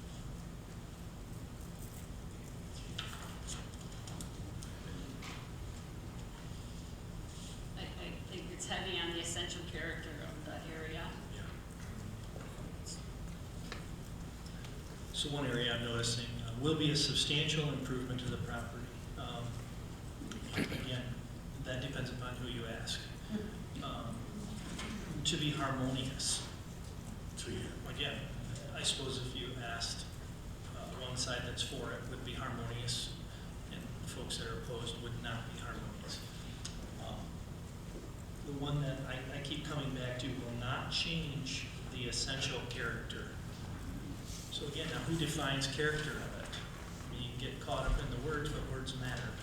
So I look at the surveys that we sent out. Again, the survey is a larger sample of what we had in this room, and the folks responded with, in kind, and on how they chose to view the township and what they wanted for the township in the future. Our questions were very specific in how we asked them so that we could get real information back, and they sent it back. One that is directly related to this is 71% wanted to maintain farmland. That's a big percentage. And the response rate from our survey? I don't remember our response rate. I don't know. I know we were impressed at how many people sent in, but I don't have the statistic. Our consultant said that we had a huge response. I'm trying to find it, but one of them talked about commercial. Do we need more? I'm trying to find it, put my hand on it. There's so many pages here. But I remember the answer was a resounding no. We don't need more industrial. We don't, basically people are speaking that they want to maintain a rural environment. Should businesses or facilities be encouraged to be located? 43 said yes, 45 no, 7 not sure. Should the master zoning ordinance encourage the development of any small industrial facilities in Garfield? 42 said yes. I don't see this as a small industrial. I see this as a very large industrial field. They call it a farm. I farm. I grow things and I reap a harvest. This isn't a farm. We're not. So, again, opinion. I like your opinion. What's that? I like his opinion. This is not a farm. So, I know there's an issue with A, there's an issue with B. Why don't you keep going down and you can come back to them as you can, but just keep talking about those and articulate reasons for why they're met or not met. Will not be hazardous or disturbing to existing or future neighbor uses. Again, I can't answer that if it's hazardous or not. Again, we've been told on one side that there's panels that are going to be safe, and we know that there has been other panels from other solar facilities that haven't been. I'm not a chemist. I don't know what's going to be going on. So. Key word there, Dean, is or. It could be either or. That's the key word. Been very disturbing. That's the key word. Excuse me. Doesn't have to be both. Yeah, I would agree with you too. I didn't really want to say it was hazardous because I'm not the expert, but of course disturbing to existing or future neighboring uses. I guess the turnout tonight is very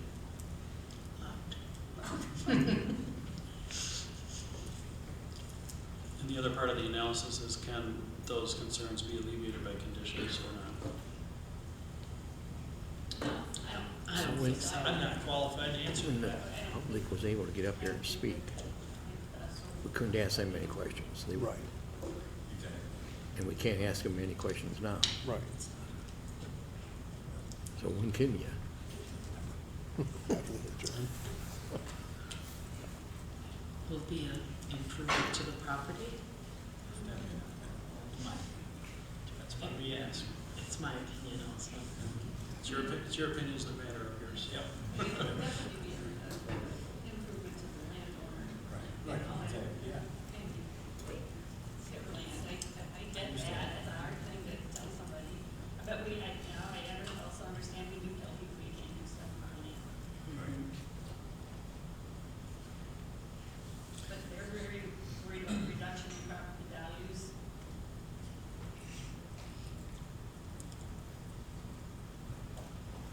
the conundrum I think we find ourselves in is without the PA 233, this process would look very different.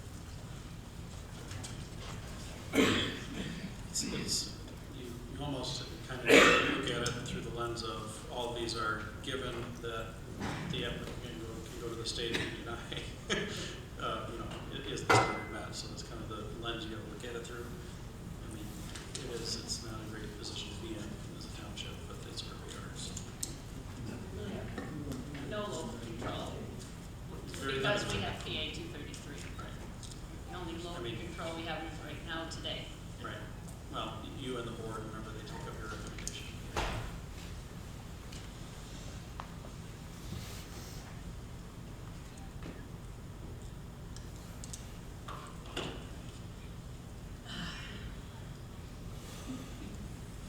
And there's also G, and I didn't know if this would work. Some of it would, that will not involve uses, activities, processes, materials, equipment, and conditions of operation that will be detrimental to any person's property or the general welfare by reasons of excessive production of traffic, noise, smoke, fumes, glare, or odors. I don't think it would be a glare. We were told there isn't supposed to be a glare, and that can be fixed if there is. I mean, there is going to be construction, but there's construction anytime you develop something. So I didn't really know if G, it's more the AD and C and D, ABCD. So I mean, you can go through and kind of like we did with the other standards, one by one, vote on them, or just kind of voice. Is there any concern that either it's met or not? I get everyone's opinion because you need it, and then when you're ready, you can make a motion either way. So and you can either use one of the resolutions I prepared or just do it by motion. But I would, as you go through each, articulate why you're for or against it being found satisfied. Maybe each of you go around and do it that way. You've got that in the record. Based on A, B, C, and D. Yeah, you can do one at a time. I mean, I think some of you, you should probably hear from every one of the commissioners that has a vote. Go around as to why they think it is or is not satisfied. So. Well, I think we've done the first, up until D, we've said no to all of those. So the ones that would be left would be, And I haven't heard from everybody, so I think Okay. I think it's good to use. Okay. So why don't we go ahead? call us D on A. I don't think. Okay. You give your reasons why. Just I don't think it's harmonious because, Can't hear them. I would say no, this is not harmonious, based on the wording in here. According to the general objectives of the master land use of current adoption, it's not protecting what the folks voted for. It's not protecting the rural environment, and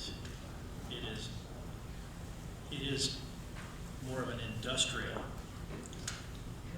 than a agricultural in appearance.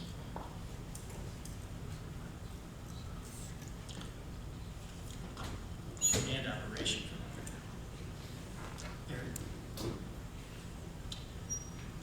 I don't think this meets our agricultural at all. Gets rid of all of that in this area.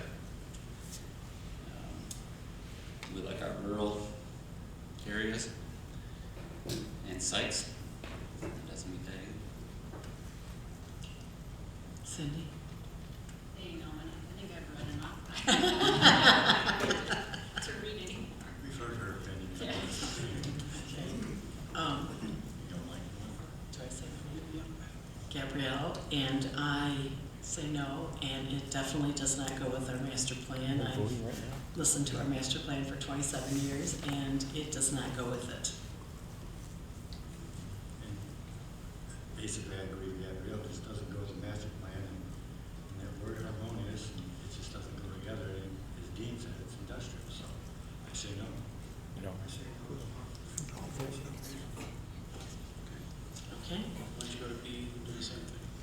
Okay, Will be designed, constructed, operated, and maintained so as to be harmonious and appropriate in appearance with the existing or intended character of the general vicinity, and that such a use will not change the essential character of the same area. To be harmonious, no, this is not harmonious. This looks like nothing else we have in our township. And appropriate in appearance with the existing or intended character, certainly not existing and not the intention. The only reason this is coming through now is because of 233. So the intended character was based on what we had our master plan written earlier. So no, it does not fit that, and will not change the essential character. We all know this is going to change the essential character. Eric? Yeah, it's all about the essential character for me on this one. It changes it all. It's not the same. That whole area. Articulate what the essential character is now and how it would change, just so that's clear. Yes. Okay, I'll take that one. The essential character now, we have people who like to enjoy the outdoors because of the outdoors. We have people, myself, I enjoy farming for the fun of it. I can't farm solar panels. I don't see this being a character that was chosen for someone moving to the country. I'm not aware of anybody moving to the country because of the solar panel view.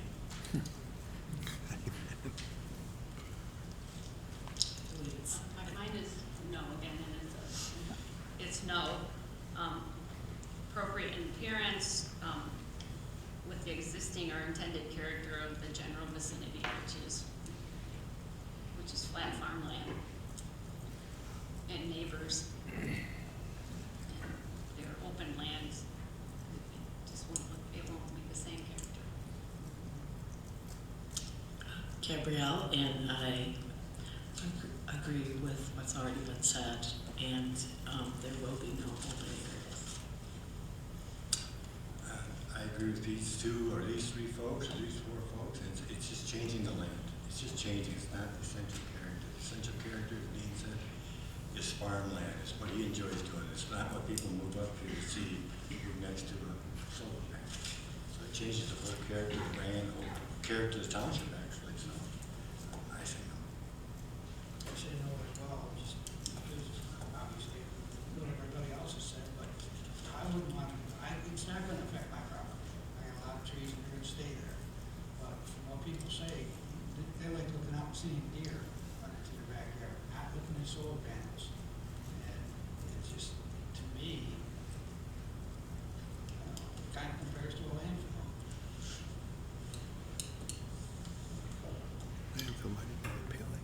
Okay, next is C. Can you explain it again?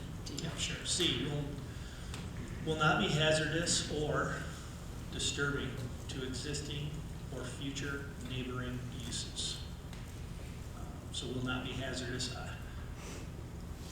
I can't say it will be or won't be. Or disturbing, again, some people, so I don't know.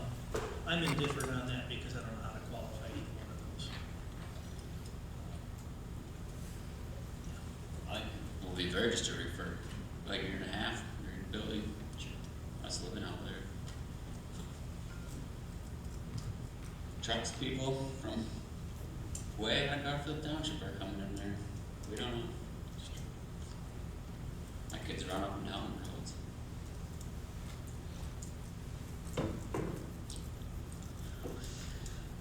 I agree with Steve. No, and again, I don't know about hazardous but disturbing. I mean, again, I'm reflect back on how many people came here and voiced their frustrations over this. But I also say, in our master plan under future challenges and opportunities, we already said that PA 233 did pose a real land use issue, and I find that disturbing that the state has forced this on us and taken away our local control to be able to decide what we want to do with the land in our township.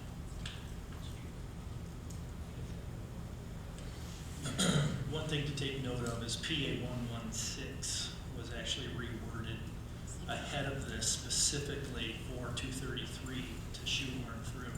And PA 116 was an agreement between a farmer and the state to take a lesser tax in an agreement that they would not improve the property, would not build on the property, and would lock it into a contract and maintain farming or agricultural. So they reworded 116 to add the verbiage of solar and wind as an agricultural allowance. So that's disturbing, I guess. So I'm not indifferent on that. That is very disturbing. Gabrielle, and I do think it will be hazardous in 35 years from now, and So are they I actually voting on it now? I don't know how land will be in 35 years with having solar panels on it. So to me, I would say no to city. I would say hazardous. I guess I really can't answer that. I don't know that. The disturbing part is, to me, 30 or 40 people that spoke tonight, it was very disturbing to them, so it's disturbing to me to have to listen to that and shouldn't put them through it. So that's the disturbing part. And I'd say no, basically because of the same reason. People move to this community because of what it says on our website. It's a beautiful place to live. Look, it's so bad to me, it's not a beautiful place to be at. Okay, so D, yep, will be a substantial improvement to property in the immediate vicinity and the community as a whole.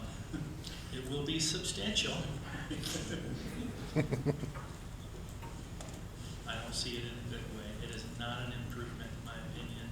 Rural improvement and agricultural improvement is solar panels do not come to mind when I hear them. So a substantial improvement, I do not see. Yeah, nice try. I don't think it improves there at all. I don't think it'll be a substantial improvement to property. And I'm thinking of individual landowners' property in that area that are non-participating. I would also say no on that one, that I don't believe that it will improve the surrounding people who live in that area's land. I would say no also. There's going to be no improvement, but the big word substantial, and once you throw that in, I just can't see it. So I definitely say no on that one. I say no as well, for the same reasons. It's just, I can't imagine city's property value. Potentially could have a forest next door instead.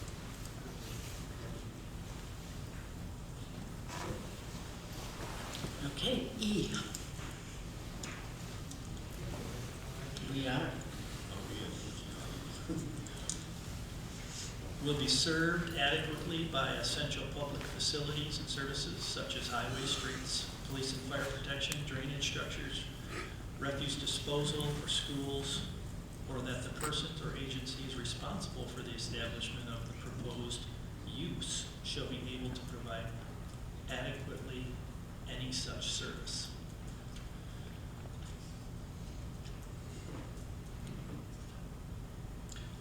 I'd just say this one kind of piggybacks off the one in your solar ordinance, which you found was met, but with the public safety stuff.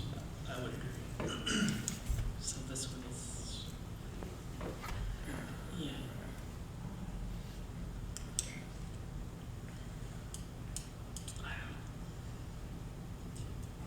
To me, that's an unknown. Yeah, that sounds good. We're not. We're not the police, we're not the fire, No, we're not the it's not. drainage. All we can do is assume that it's covered. Yeah, and put a condition to that effect, which you could do, but I'll leave it to your findings, but I think that's one that you could probably put a condition on to require. But, Yeah, which we can. Okay, submitted. Oh, do we have to go? Well, I don't know, you guys. you want to comment on it? Or F. Will not create excessive additional requirements at public cost for public facilities and services and will not be detrimental to the economic welfare of the community.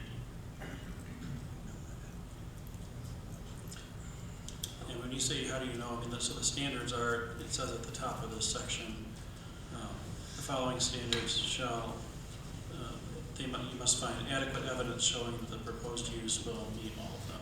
So the question is, have they shown adequate evidence, or do you have adequate evidence to establish that that standard is met?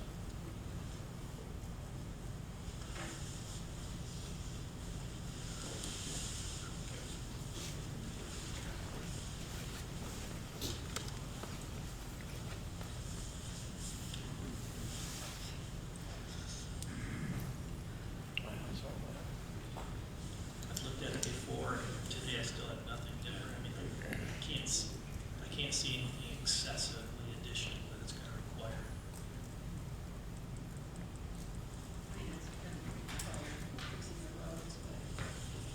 That's in the agreement, I mean, it's in the ordinance, right?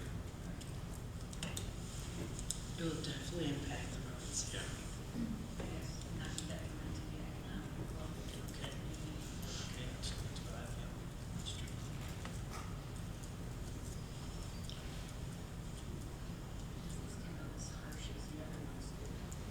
Yeah. No. I guess other than you're gonna, and again, people are worried about the property values, Right. because that's economic welfare. Yeah, I guess so. It's a concern. That's their concern. It's after the fact, isn't it? Well, I guess some of it would have to do with if people want to stay around staring Yeah. at solar panels, or do we lose residents because of it? And then we get a different minded people in the area. You start getting transplants from other communities. How people view this could change how the township looks in the future. We definitely think it will. People sell your house because of the solar panels, and people would ask why you sell your house.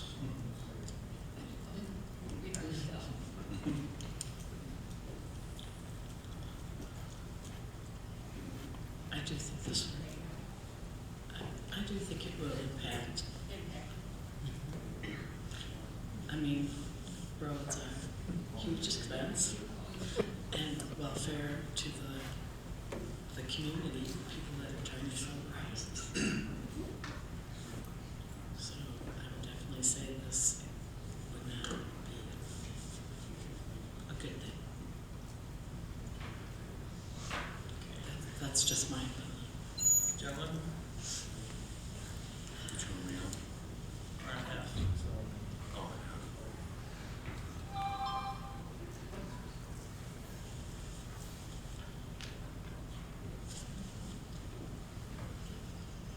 it's, again, economic welfare will not be detrimental. I don't think we can say that yet because we don't know. Just we don't know. 5 years we may know, but not now.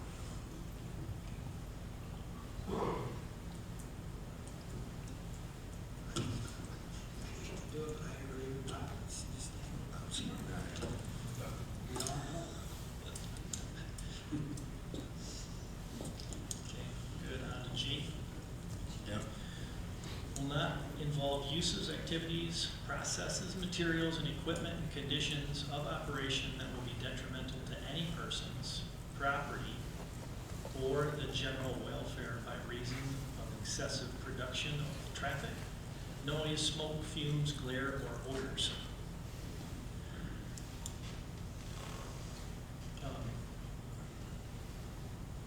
guess you gotta look at that in terms of the construction process. It's not gonna meet any of them. During the construction process, that's construction. So, we get past the construction, now we're into, the use or production side of things. Is it detrimental to any persons? Not an electrician or an electrical engineer, but there are stray voltage is real, and that's one thing that my mind goes to. They have studies that say that it's not. We've all seen studies from people that turn out to not be true as well. So I don't know who to believe on that one, but detrimental to property or the general welfare by reasons of accession. Detrimental to the property, we've already discussed that. Right. I think that kind of piggybacks off where we just met. Right. And or the general welfare by reason of excessive production or traffic. Again, we talked about that. It's gonna harm the roads due to the, during the construction phase for sure, we're gonna. Well, after the construction, that road will be garbage. Oh, for sure. Baldwin will be garbage. Yeah. I'm done. It's already, and so. Yeah. So, as far as noise, smoke, fumes, and glare, noise has every, I seen a comment posed on, animals, low decibel noise, but it could be very detrimental to the animals. Oh, sure, good. So, they hear differently than we do. I can't ask my dog if it bothers him. I can, but he couldn't answer, obviously.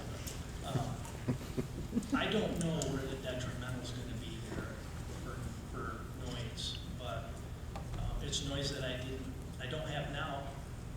Well, that's one way to look at it, exactly. But we don't. That's another unknown to me. We don't know. What do you think? As far as materials, I think backing up, as far as materials as well, many of the materials I work with at work have a shelf life, if you will. Many of the polymers, they talked about these things will have certain polymers in them. Again, I don't know how long these polymers will last, but 35 years is an awfully long time. And if a panel is still functioning and it's still in use and it's getting hit by sun, we all know what sun does to polymers too. Will that start releasing the heavy metals that are in it? Again, I don't know, and they can show me all the testing they want, but we need 35 years of testing to have real answers. 35 years of weather conditions. In my opinion, that's right, real life. Yeah. Yep. I don't know what it would be like once this is installed, but during the construction period, I think it's gonna hit all these of the traffic and the noise. The little that they've done out there already has been noisy.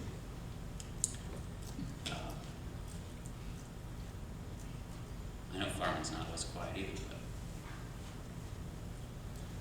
but those pillars when they're driving them, it's loud.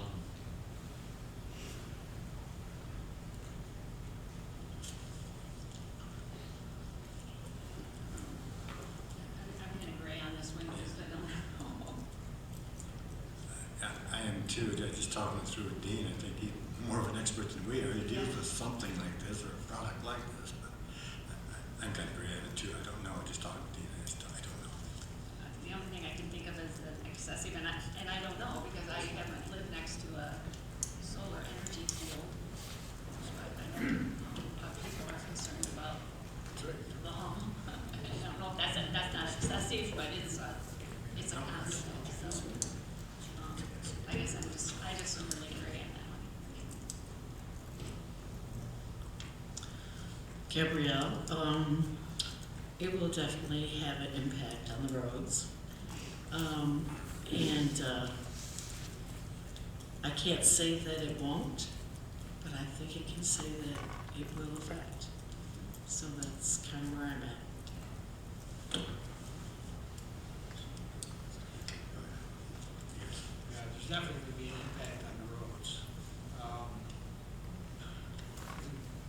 There was a gentleman that brought up a lot of good points about the noise and things like that, and that kind of caught my interest in.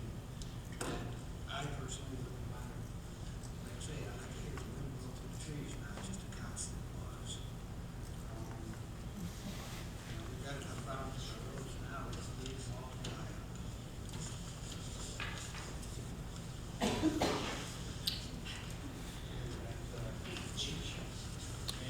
H will be consistent with the intent and purpose of this ordinance. 18.40. Right. I mean, that's kind of a catch-all, so. Yep. Yeah, I guess if, yeah, the answer is no. 35 years is too long. The answer is no.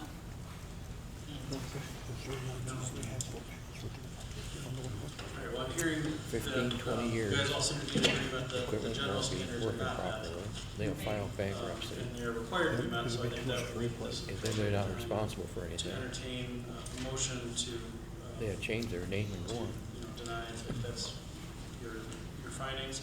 I do have, if you'd like, I've got the proposed resolution that I prepared, I prepared both, but I've got one for the denial if you want me to read it. And then you can either adopt it or make your own motion and adopt it. I would like you to read it. Okay. More reading. Yes. All right, so this is a resolution, says at a regular meeting of the Planning Commission of the Township of Garfield, Newaygo County, Michigan, held at Newaygo High School, 200 East Street, Newaygo, Michigan, on the 29th day of January 2026 at 6 o'clock local time. Members present will fill in everyone's names. Resolution recommending denial of conditional use permit for principal use solar energy systems for Sylvan Solar LLC. Whereas Sylvan Solar LLC, an affiliate of AES Clean Energy Development LLC, has applied for a conditional use permit for a principal use solar energy system to be constructed and operated within the township. And whereas Section 18.19 of the Township Zoning Ordinance authorizes principal use solar energy facilities subject to a conditional use permit.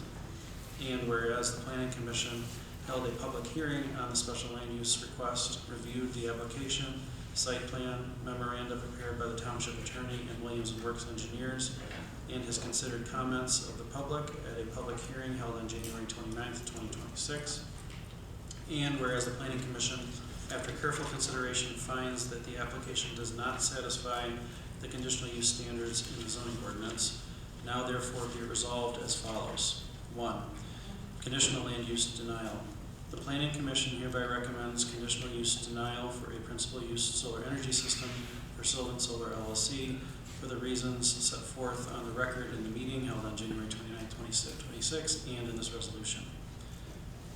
2. Findings under Chapter 18 of the zoning ordinance.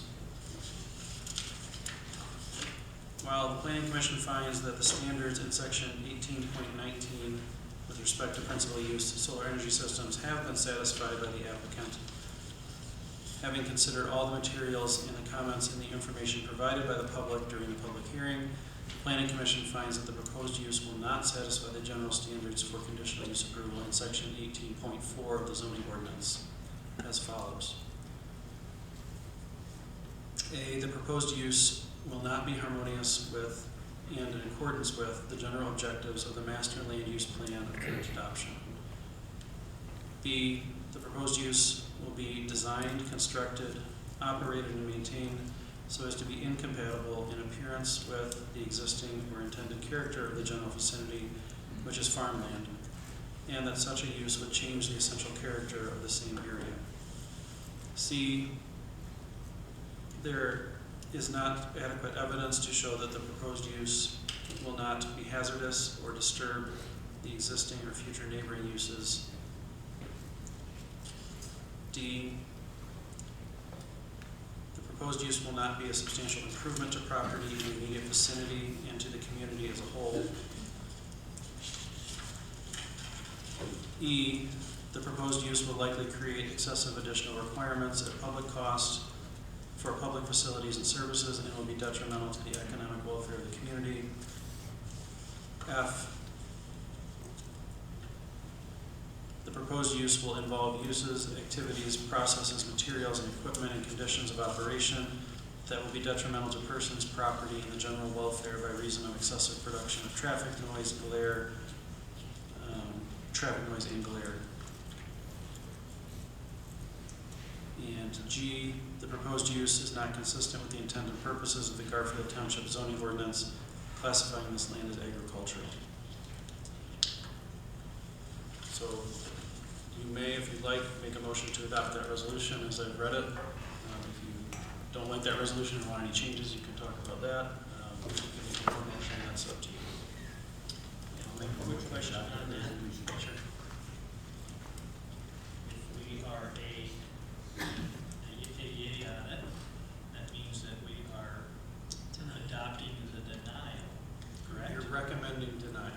We're recommending You're recommending denial to the township board. And again, the township board has the final say, so the township board will make the decision. I just want to be 100% clear on what the yeas and nays are. If you vote yes, you are recommending denial. If you make a motion to adopt this resolution. Would someone like to make a motion to adopt this resolution? Make a motion to adopt this resolution. Second. Okay. Do we do a roll call? Probably a good idea. Okay, Dean, Yes. Eric, Yes. Cindy, Yes. Gabrielle, yes. Yes. All in favor? Aye. Any opposed? Okay. So the resolution is adopted. Can I just get names again for who offered it? Bob Larson. And who supported it? Dean Shue.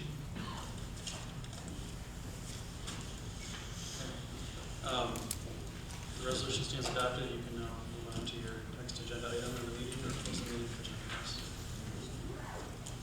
I want to make sure. So that's the end of it? There we go. Can we have a motion to adjourn, please? Motion to adjourn. Oh, yeah, thank you for your